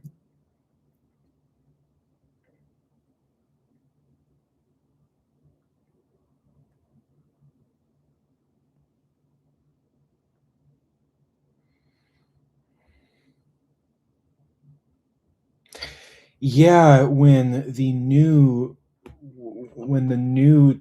teaser for Shrek came out, Shrek 5, people were really upset. I remember just like that movie's been in development for a really, really, really long time. Like it got announced in like 2016, I think it was. I think it was around the time there was some kind of a big sale for of like DreamWorks to NBC Universal, I think it was. But yeah, they announced Shrek 5 like 10 years ago at this point. It was like supposed to come out in 2019. Can you believe that? And here we are. It's still not out. But yeah, the teaser came out for it and people were really upset.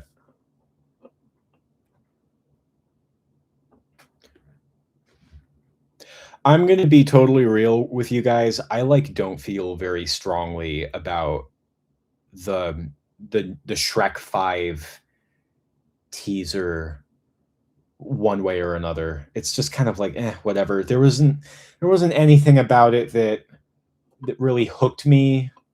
Nothing that looks pretty like nothing that looks super interesting or something like that. I mean, I think they kind of like did a meta joke about Shrek memes or something like that, which is like okay, but Shrek memes have kind of had their day, and that day was like 10 years ago.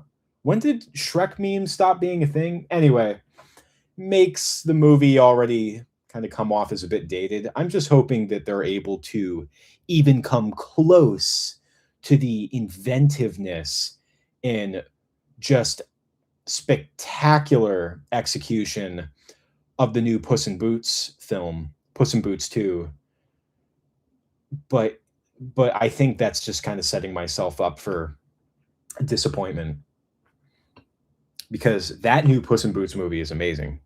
And they did have a like a what was it? Like they kind of tease at like a Shrek return in or kind of like coming back to the Shrek universe at the end of Puss in Boots 2.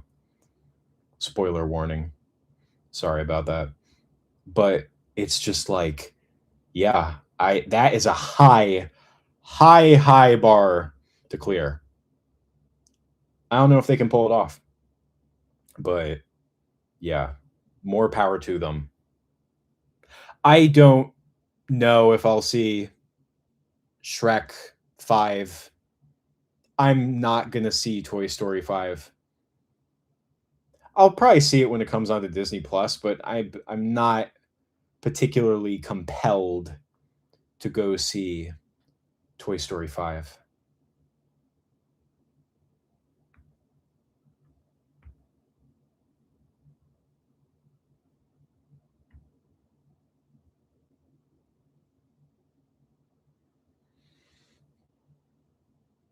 Yep, Puss Puss in Boots 2 was that was just like I guess yeah, technically it is a sequel. They don't call it Puss in Boots 2. They just call it Puss in Boots: The Last Wish, which I think was a right move.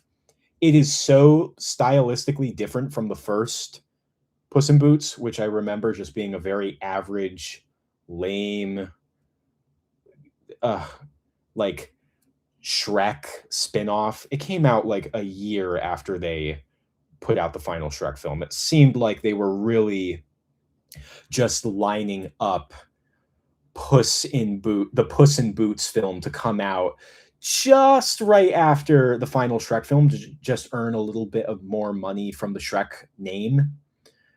But now things are different, you know?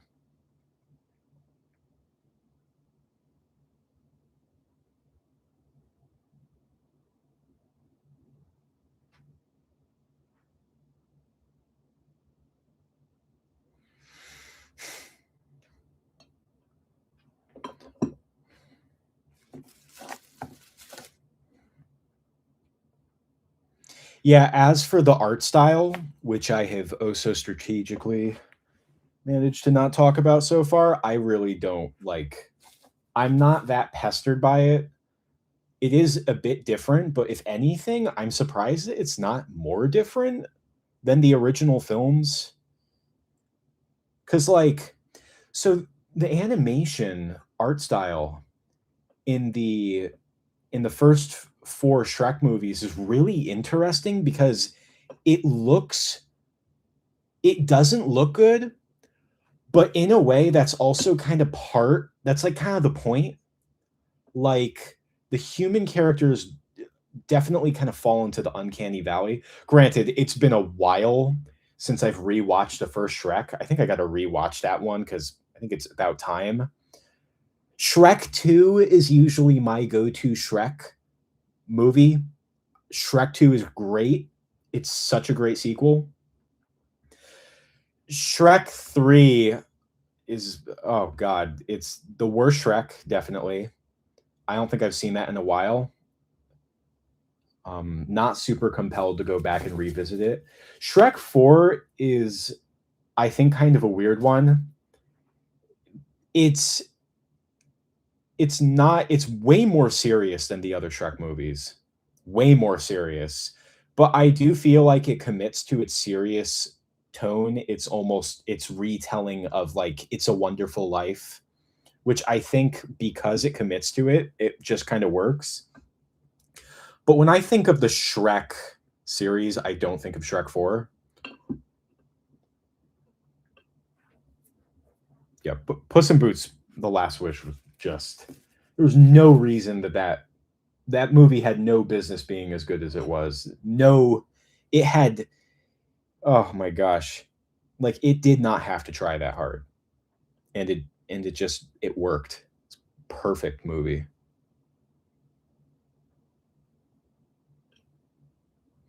Yeah, even when I was a kid, like Shrek 3 just has like it has a lot of really, really, really cringeworthy moments.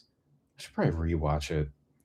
I know that Shrek is like dealing with like an annoying kid, King Arthur, Prince Arthur, or whatever. His name's just Arthur. But yeah, it's got like some really bad jokes that just do not land. Yeah. That's the thing. It's like I feel like there's something about Shrek 2 that like really hits the nail on the head for me. And then it scratches all the itches that I would ever want from like a Shrek movie to the point where I just don't feel that interested in going back to watching the first Shrek.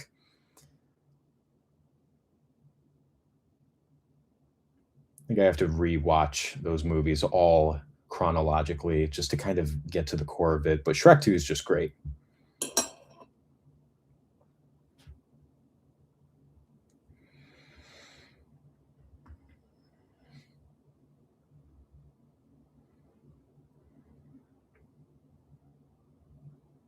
Oh yeah, that's another brilliant part about Puss in Boots: The Last Wish is that it doesn't like on top of not having two in the title, Puss in Boots 2, like it stands on its own. You don't have to see the first Puss in Boots. The first Puss in Boots is not from my recollection just not really worth rewatching. It's just it's Shrek but just like not as good.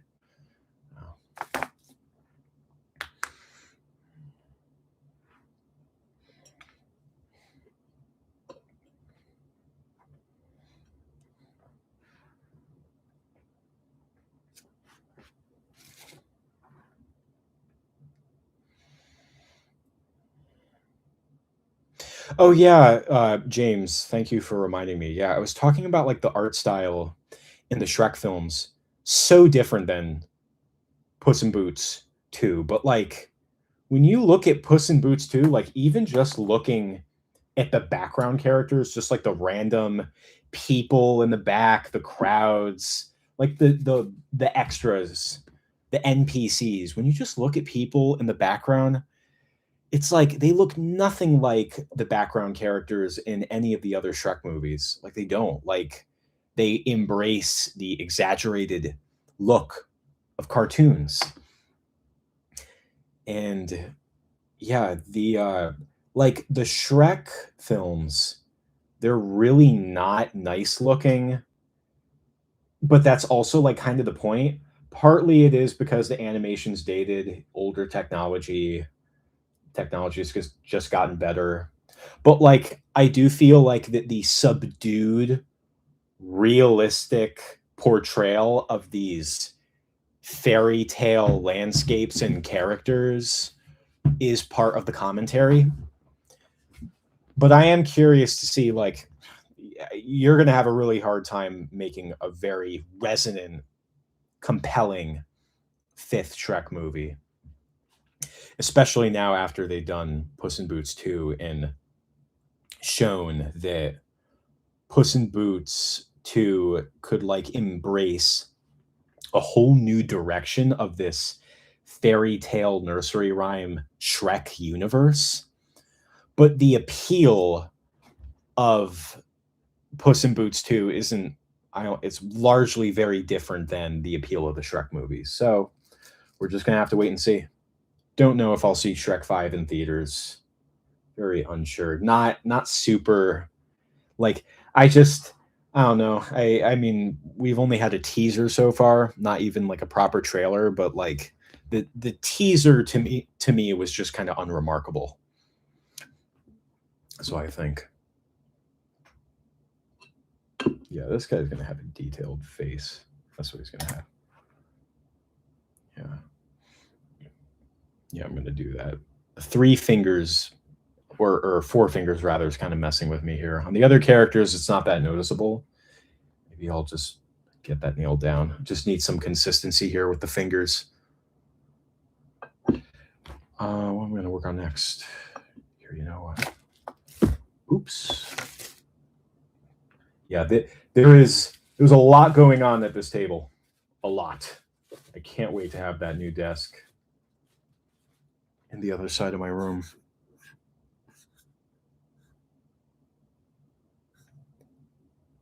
Hey, Nathan, how you doing? Good to see you here. We are I am wrist deep in production for an animation, but good to see you here, man. Thanks for dropping in. We've been going for over 2 hours at this point, so we've gone through a lot. Largely I've been talking about movies this evening. We have an animation savvy audience. Yeah, I think I'll just I have to find a good reference photo for this face. I think that's what I need.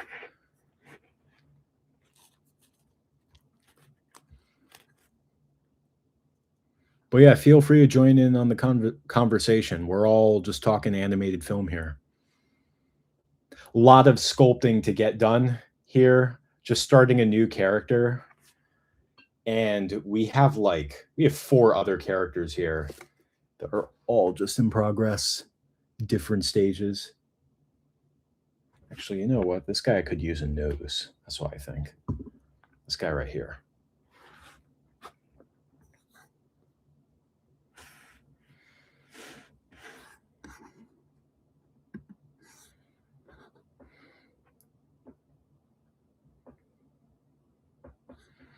James, could you elaborate that on South Park? Are you talking about how the adults in South Park have more detail on them? Like some of the characters are a little bit more and more fidelity, less cartoony looking.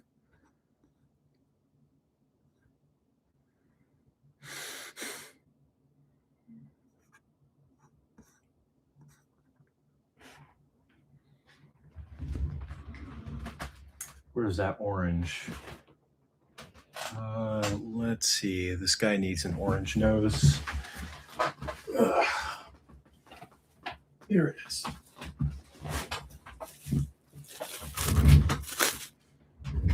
Yeah, so Nathan, what I am working on here right now is I was recruited to be part of a big animation collaboration based on a old episode of Popeye.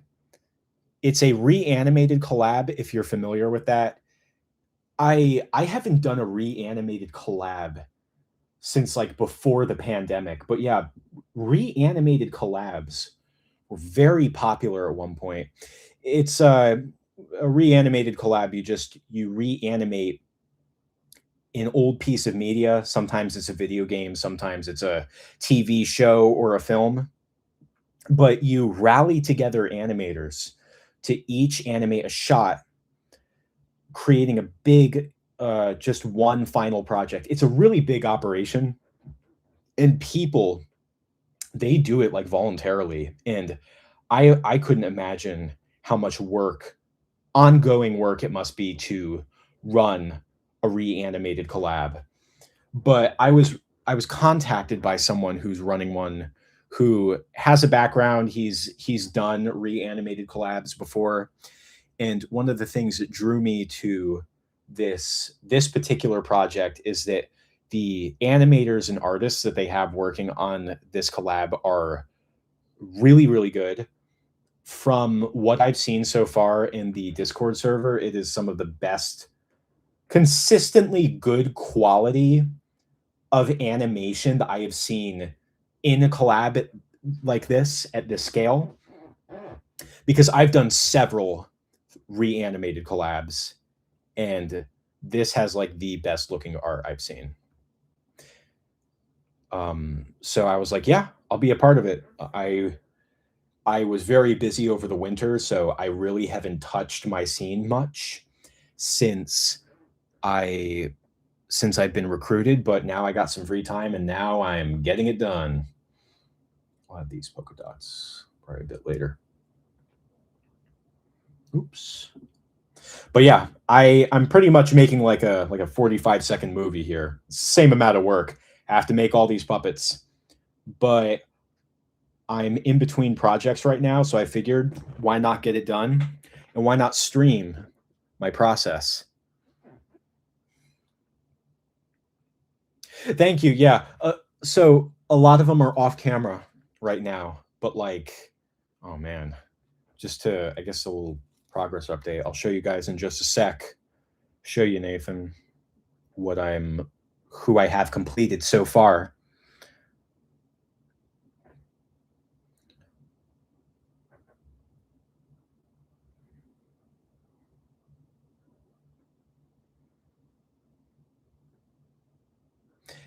Yeah, some of the older seasons are just so, they have some really, really marvelous episodes. I wish that I watched South Park when I was younger. I was more of like a Family Guy and American Dad kid, like when I was getting into more adult animated cartoons.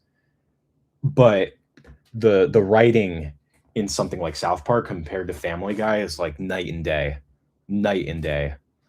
I say to people like Family Guy is like, that was like Instagram Reels before Instagram Reels even existed. It was short form content before short form content even was streamlined, you know?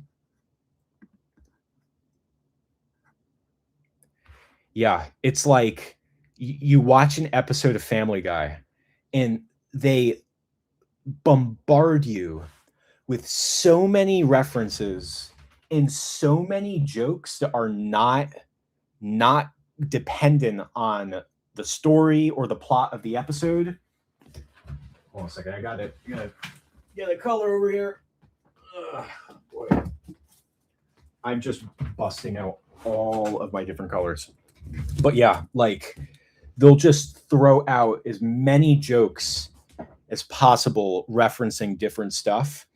And by the time you realize that you heard a joke that you didn't like, they've already told like 10 more. It's like it just bombards you with so many jokes. And none of it is dependent on like the plot or the story, or at times even the character interactions that much. It's just throwing, it's like brute force. Just throwing as much at the wall to see what sticks. Hey, how you doing, Tim? Just talking about animated films and TV shows again. Talked about Shrek, talking about South Park. Now I'm talking about Family Guy. Yeah.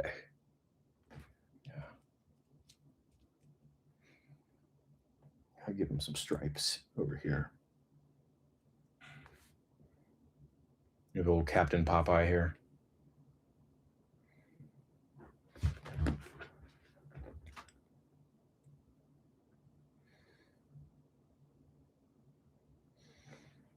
Oh yeah. Yeah, the bulk of the work is just like giving them bodies and just actually, you know what? I'm gonna do a couple more things here. I'm gonna add the details later. I just have to get these bodies like completed and such.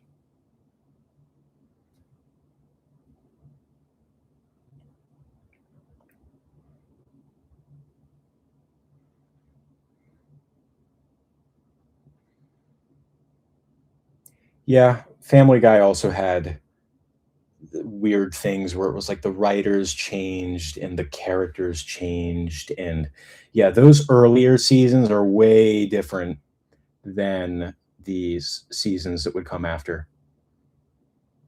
So yeah, Nathan, what got me into animation was when I was a little kid, I was really fascinated by puppetry, hand puppets, sock puppets, Muppets, all that stuff.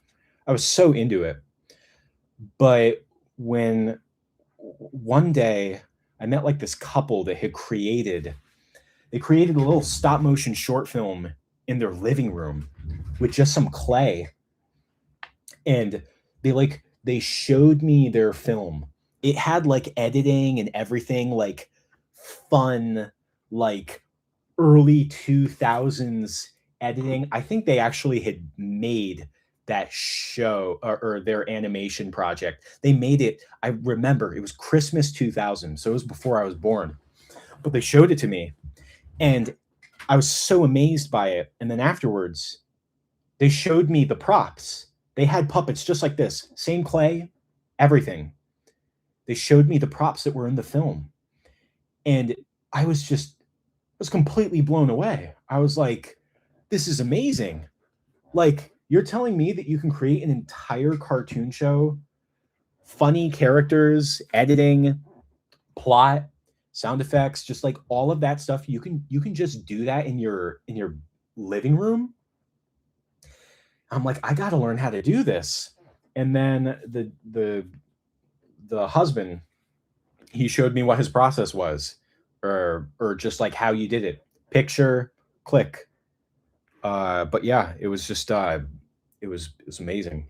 And I just afterwards he showed me The Nightmare Before Christmas. And I was blown away. Absolutely blown away. I remember I watched it like 3 times in a row that night, and I was like, I gotta do animation. That's just a very, very brief summary of how I got into stop motion. But yeah, somehow I'm going today. But that's because of all of you guys watching, and I'm really excited just sharing the process with you guys. Oh, hey, see you later, Nathan. Thanks for dropping in. Fritz, I mean, uh, that that will probably happen if I am to collect like props from films and such. That'll probably happen when I have too much money in my bank account, which I do not anticipate on happening soon. I just, but yeah, no, it'd be awesome to have. It'd be so awesome. But you know something? Like in the meantime, I'm content with just having like my own personal little collection of stuff that like I made. You know what I mean?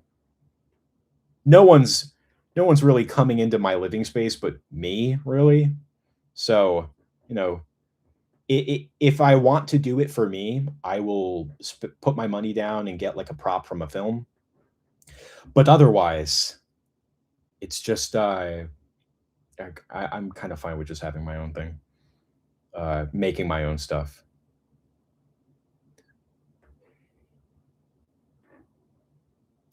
Yeah, Geist Phoenix, this stream is going to end in 20 minutes. I'm going to call it there. We've been going for almost 3 hours. I think we're going to be okay. So definitely got plenty of plenty of progress in. If you got to head out, go for it. But yeah.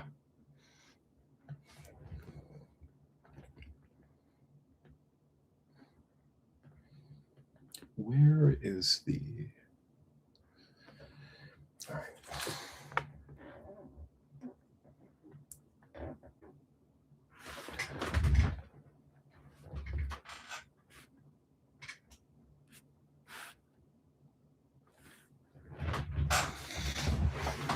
Where are my clippers? Here they are. I need to make a few bows. Yes.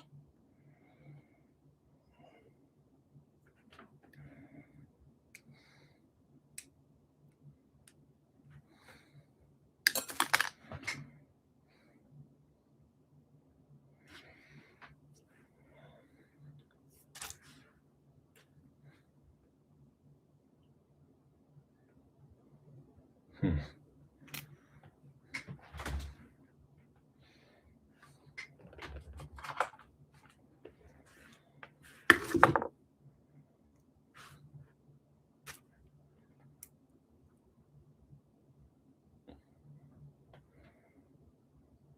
Yeah.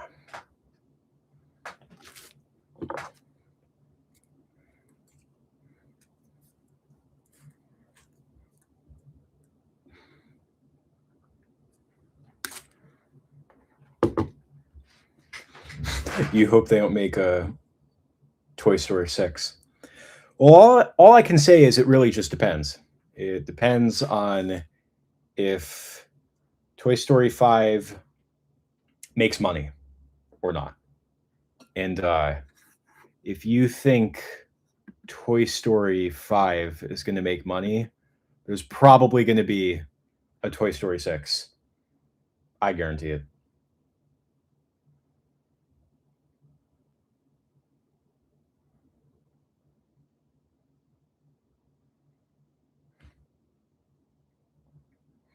Yeah, I was not.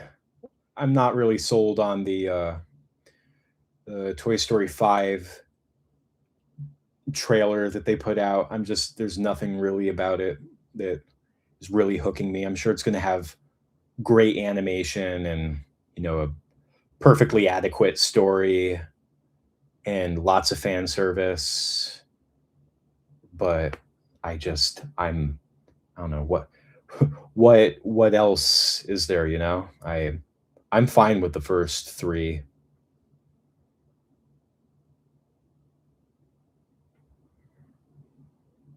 Digital Circus is gonna put up a good fight.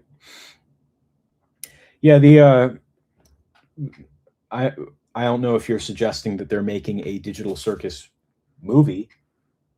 Sure that maybe that'll happen someday if Digital Circus continues to receive success. But yeah, like I don't know, Toy Story 4. Uh, you start kind of having like problems where I feel like the messaging and morals of that film, like they're perfectly fine on their own, but because it has to contend with the previous 3 films, which were not designed to be like this long unfolding story. Like they're just each one was just kind of made. It's like an unplanned franchise, is what I'm trying to say. You start kind of running into problems where, like, I feel like Toy Story 4 was kind of contradicting some stuff that was established in the first 3 Toy Story films.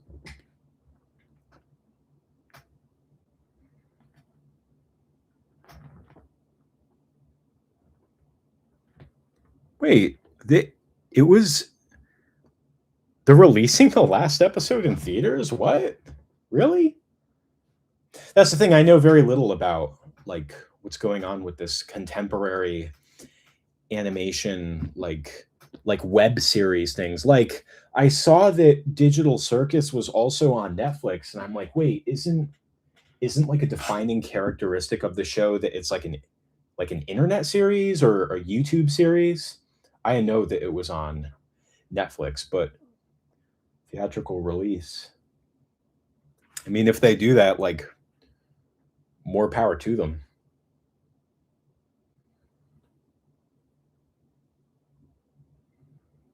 If it's gonna release in theaters, I'm assuming it's gonna be a longer running time or runtime. The, like, I couldn't like, paying money to see a 20-minute film at a theater, like, I don't know if that's like, do people do that?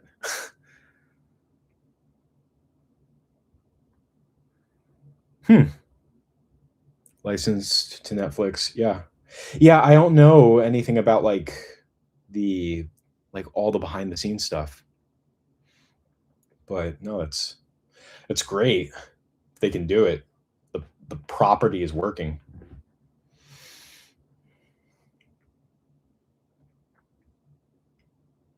Yeah, I'm gonna give this guy a little bow. Then he'll be able to play violin like a champ.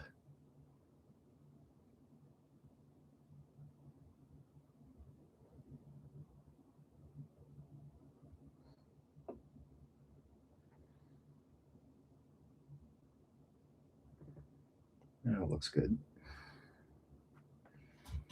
I'll make it look pretty before filming. And you also need a bow. You're going to stand right here next to the camera. I have to say, for not having like a setup tailored to live streaming, this could be a lot worse. Am I centered in the shot? I always like to be centered, or I like symmetry rather.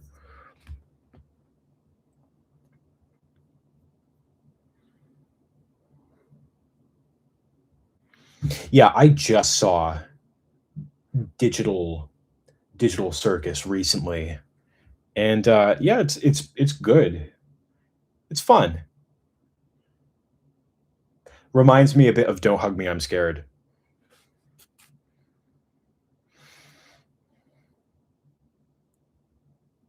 Like it's like Don't Hug Me, I'm Scared, but like the characters are more fleshed out. Like they can like talk at length with each other and like have those like bonding moments, as opposed to something like Don't Hug Me, I'm Scared, where like the characters are like they're so like unaware and so I'm trying to think of how to describe them.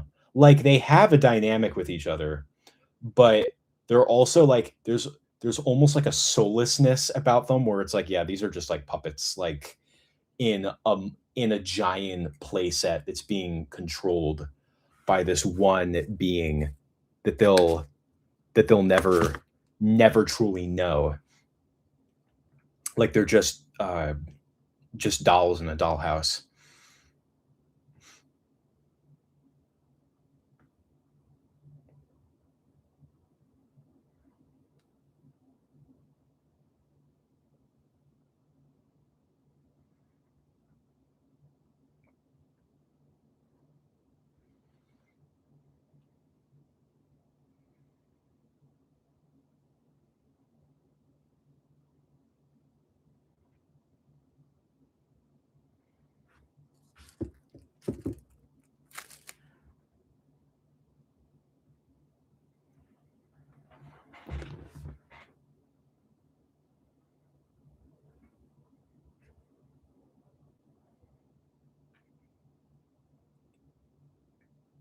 So I'm currently working on uh what's his name?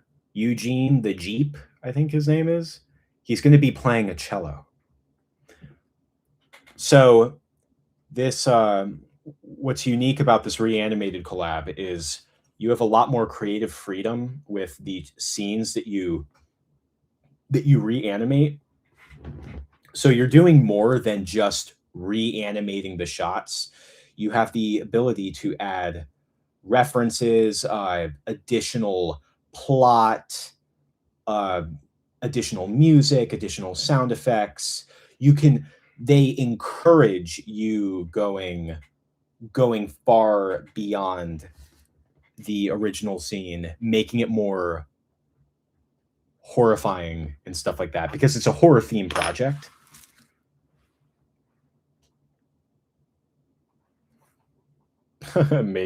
Make a digital circus with clay. I'm surprised they don't have like any claymation like aesthetic characters in that series. I feel like it would happen one day. But you know what? It's like I don't know what the production is like for something like Digital Circus.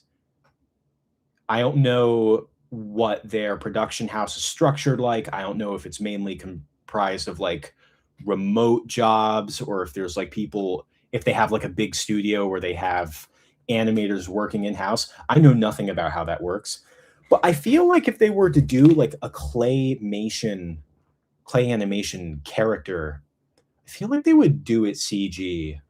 Like because I don't know if they have like a space to to have like a clay like actual clay animation.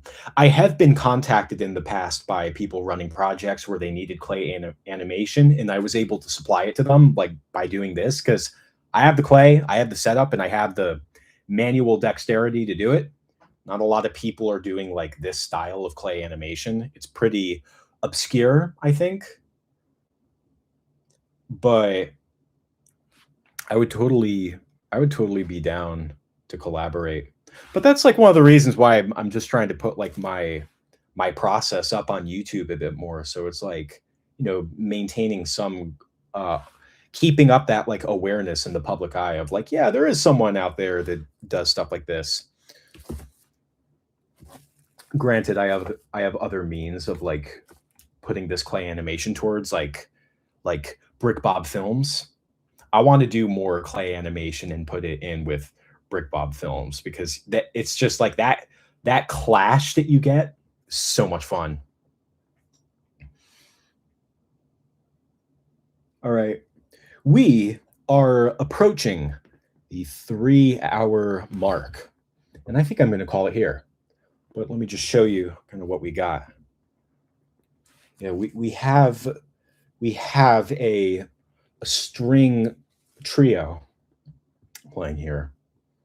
I think I'm going to give this guy a different color hat. He had a white hat before, but I think I'm going to give him a different color hat. I don't want him to get mixed up with Popeye, who's also going to have a white hat.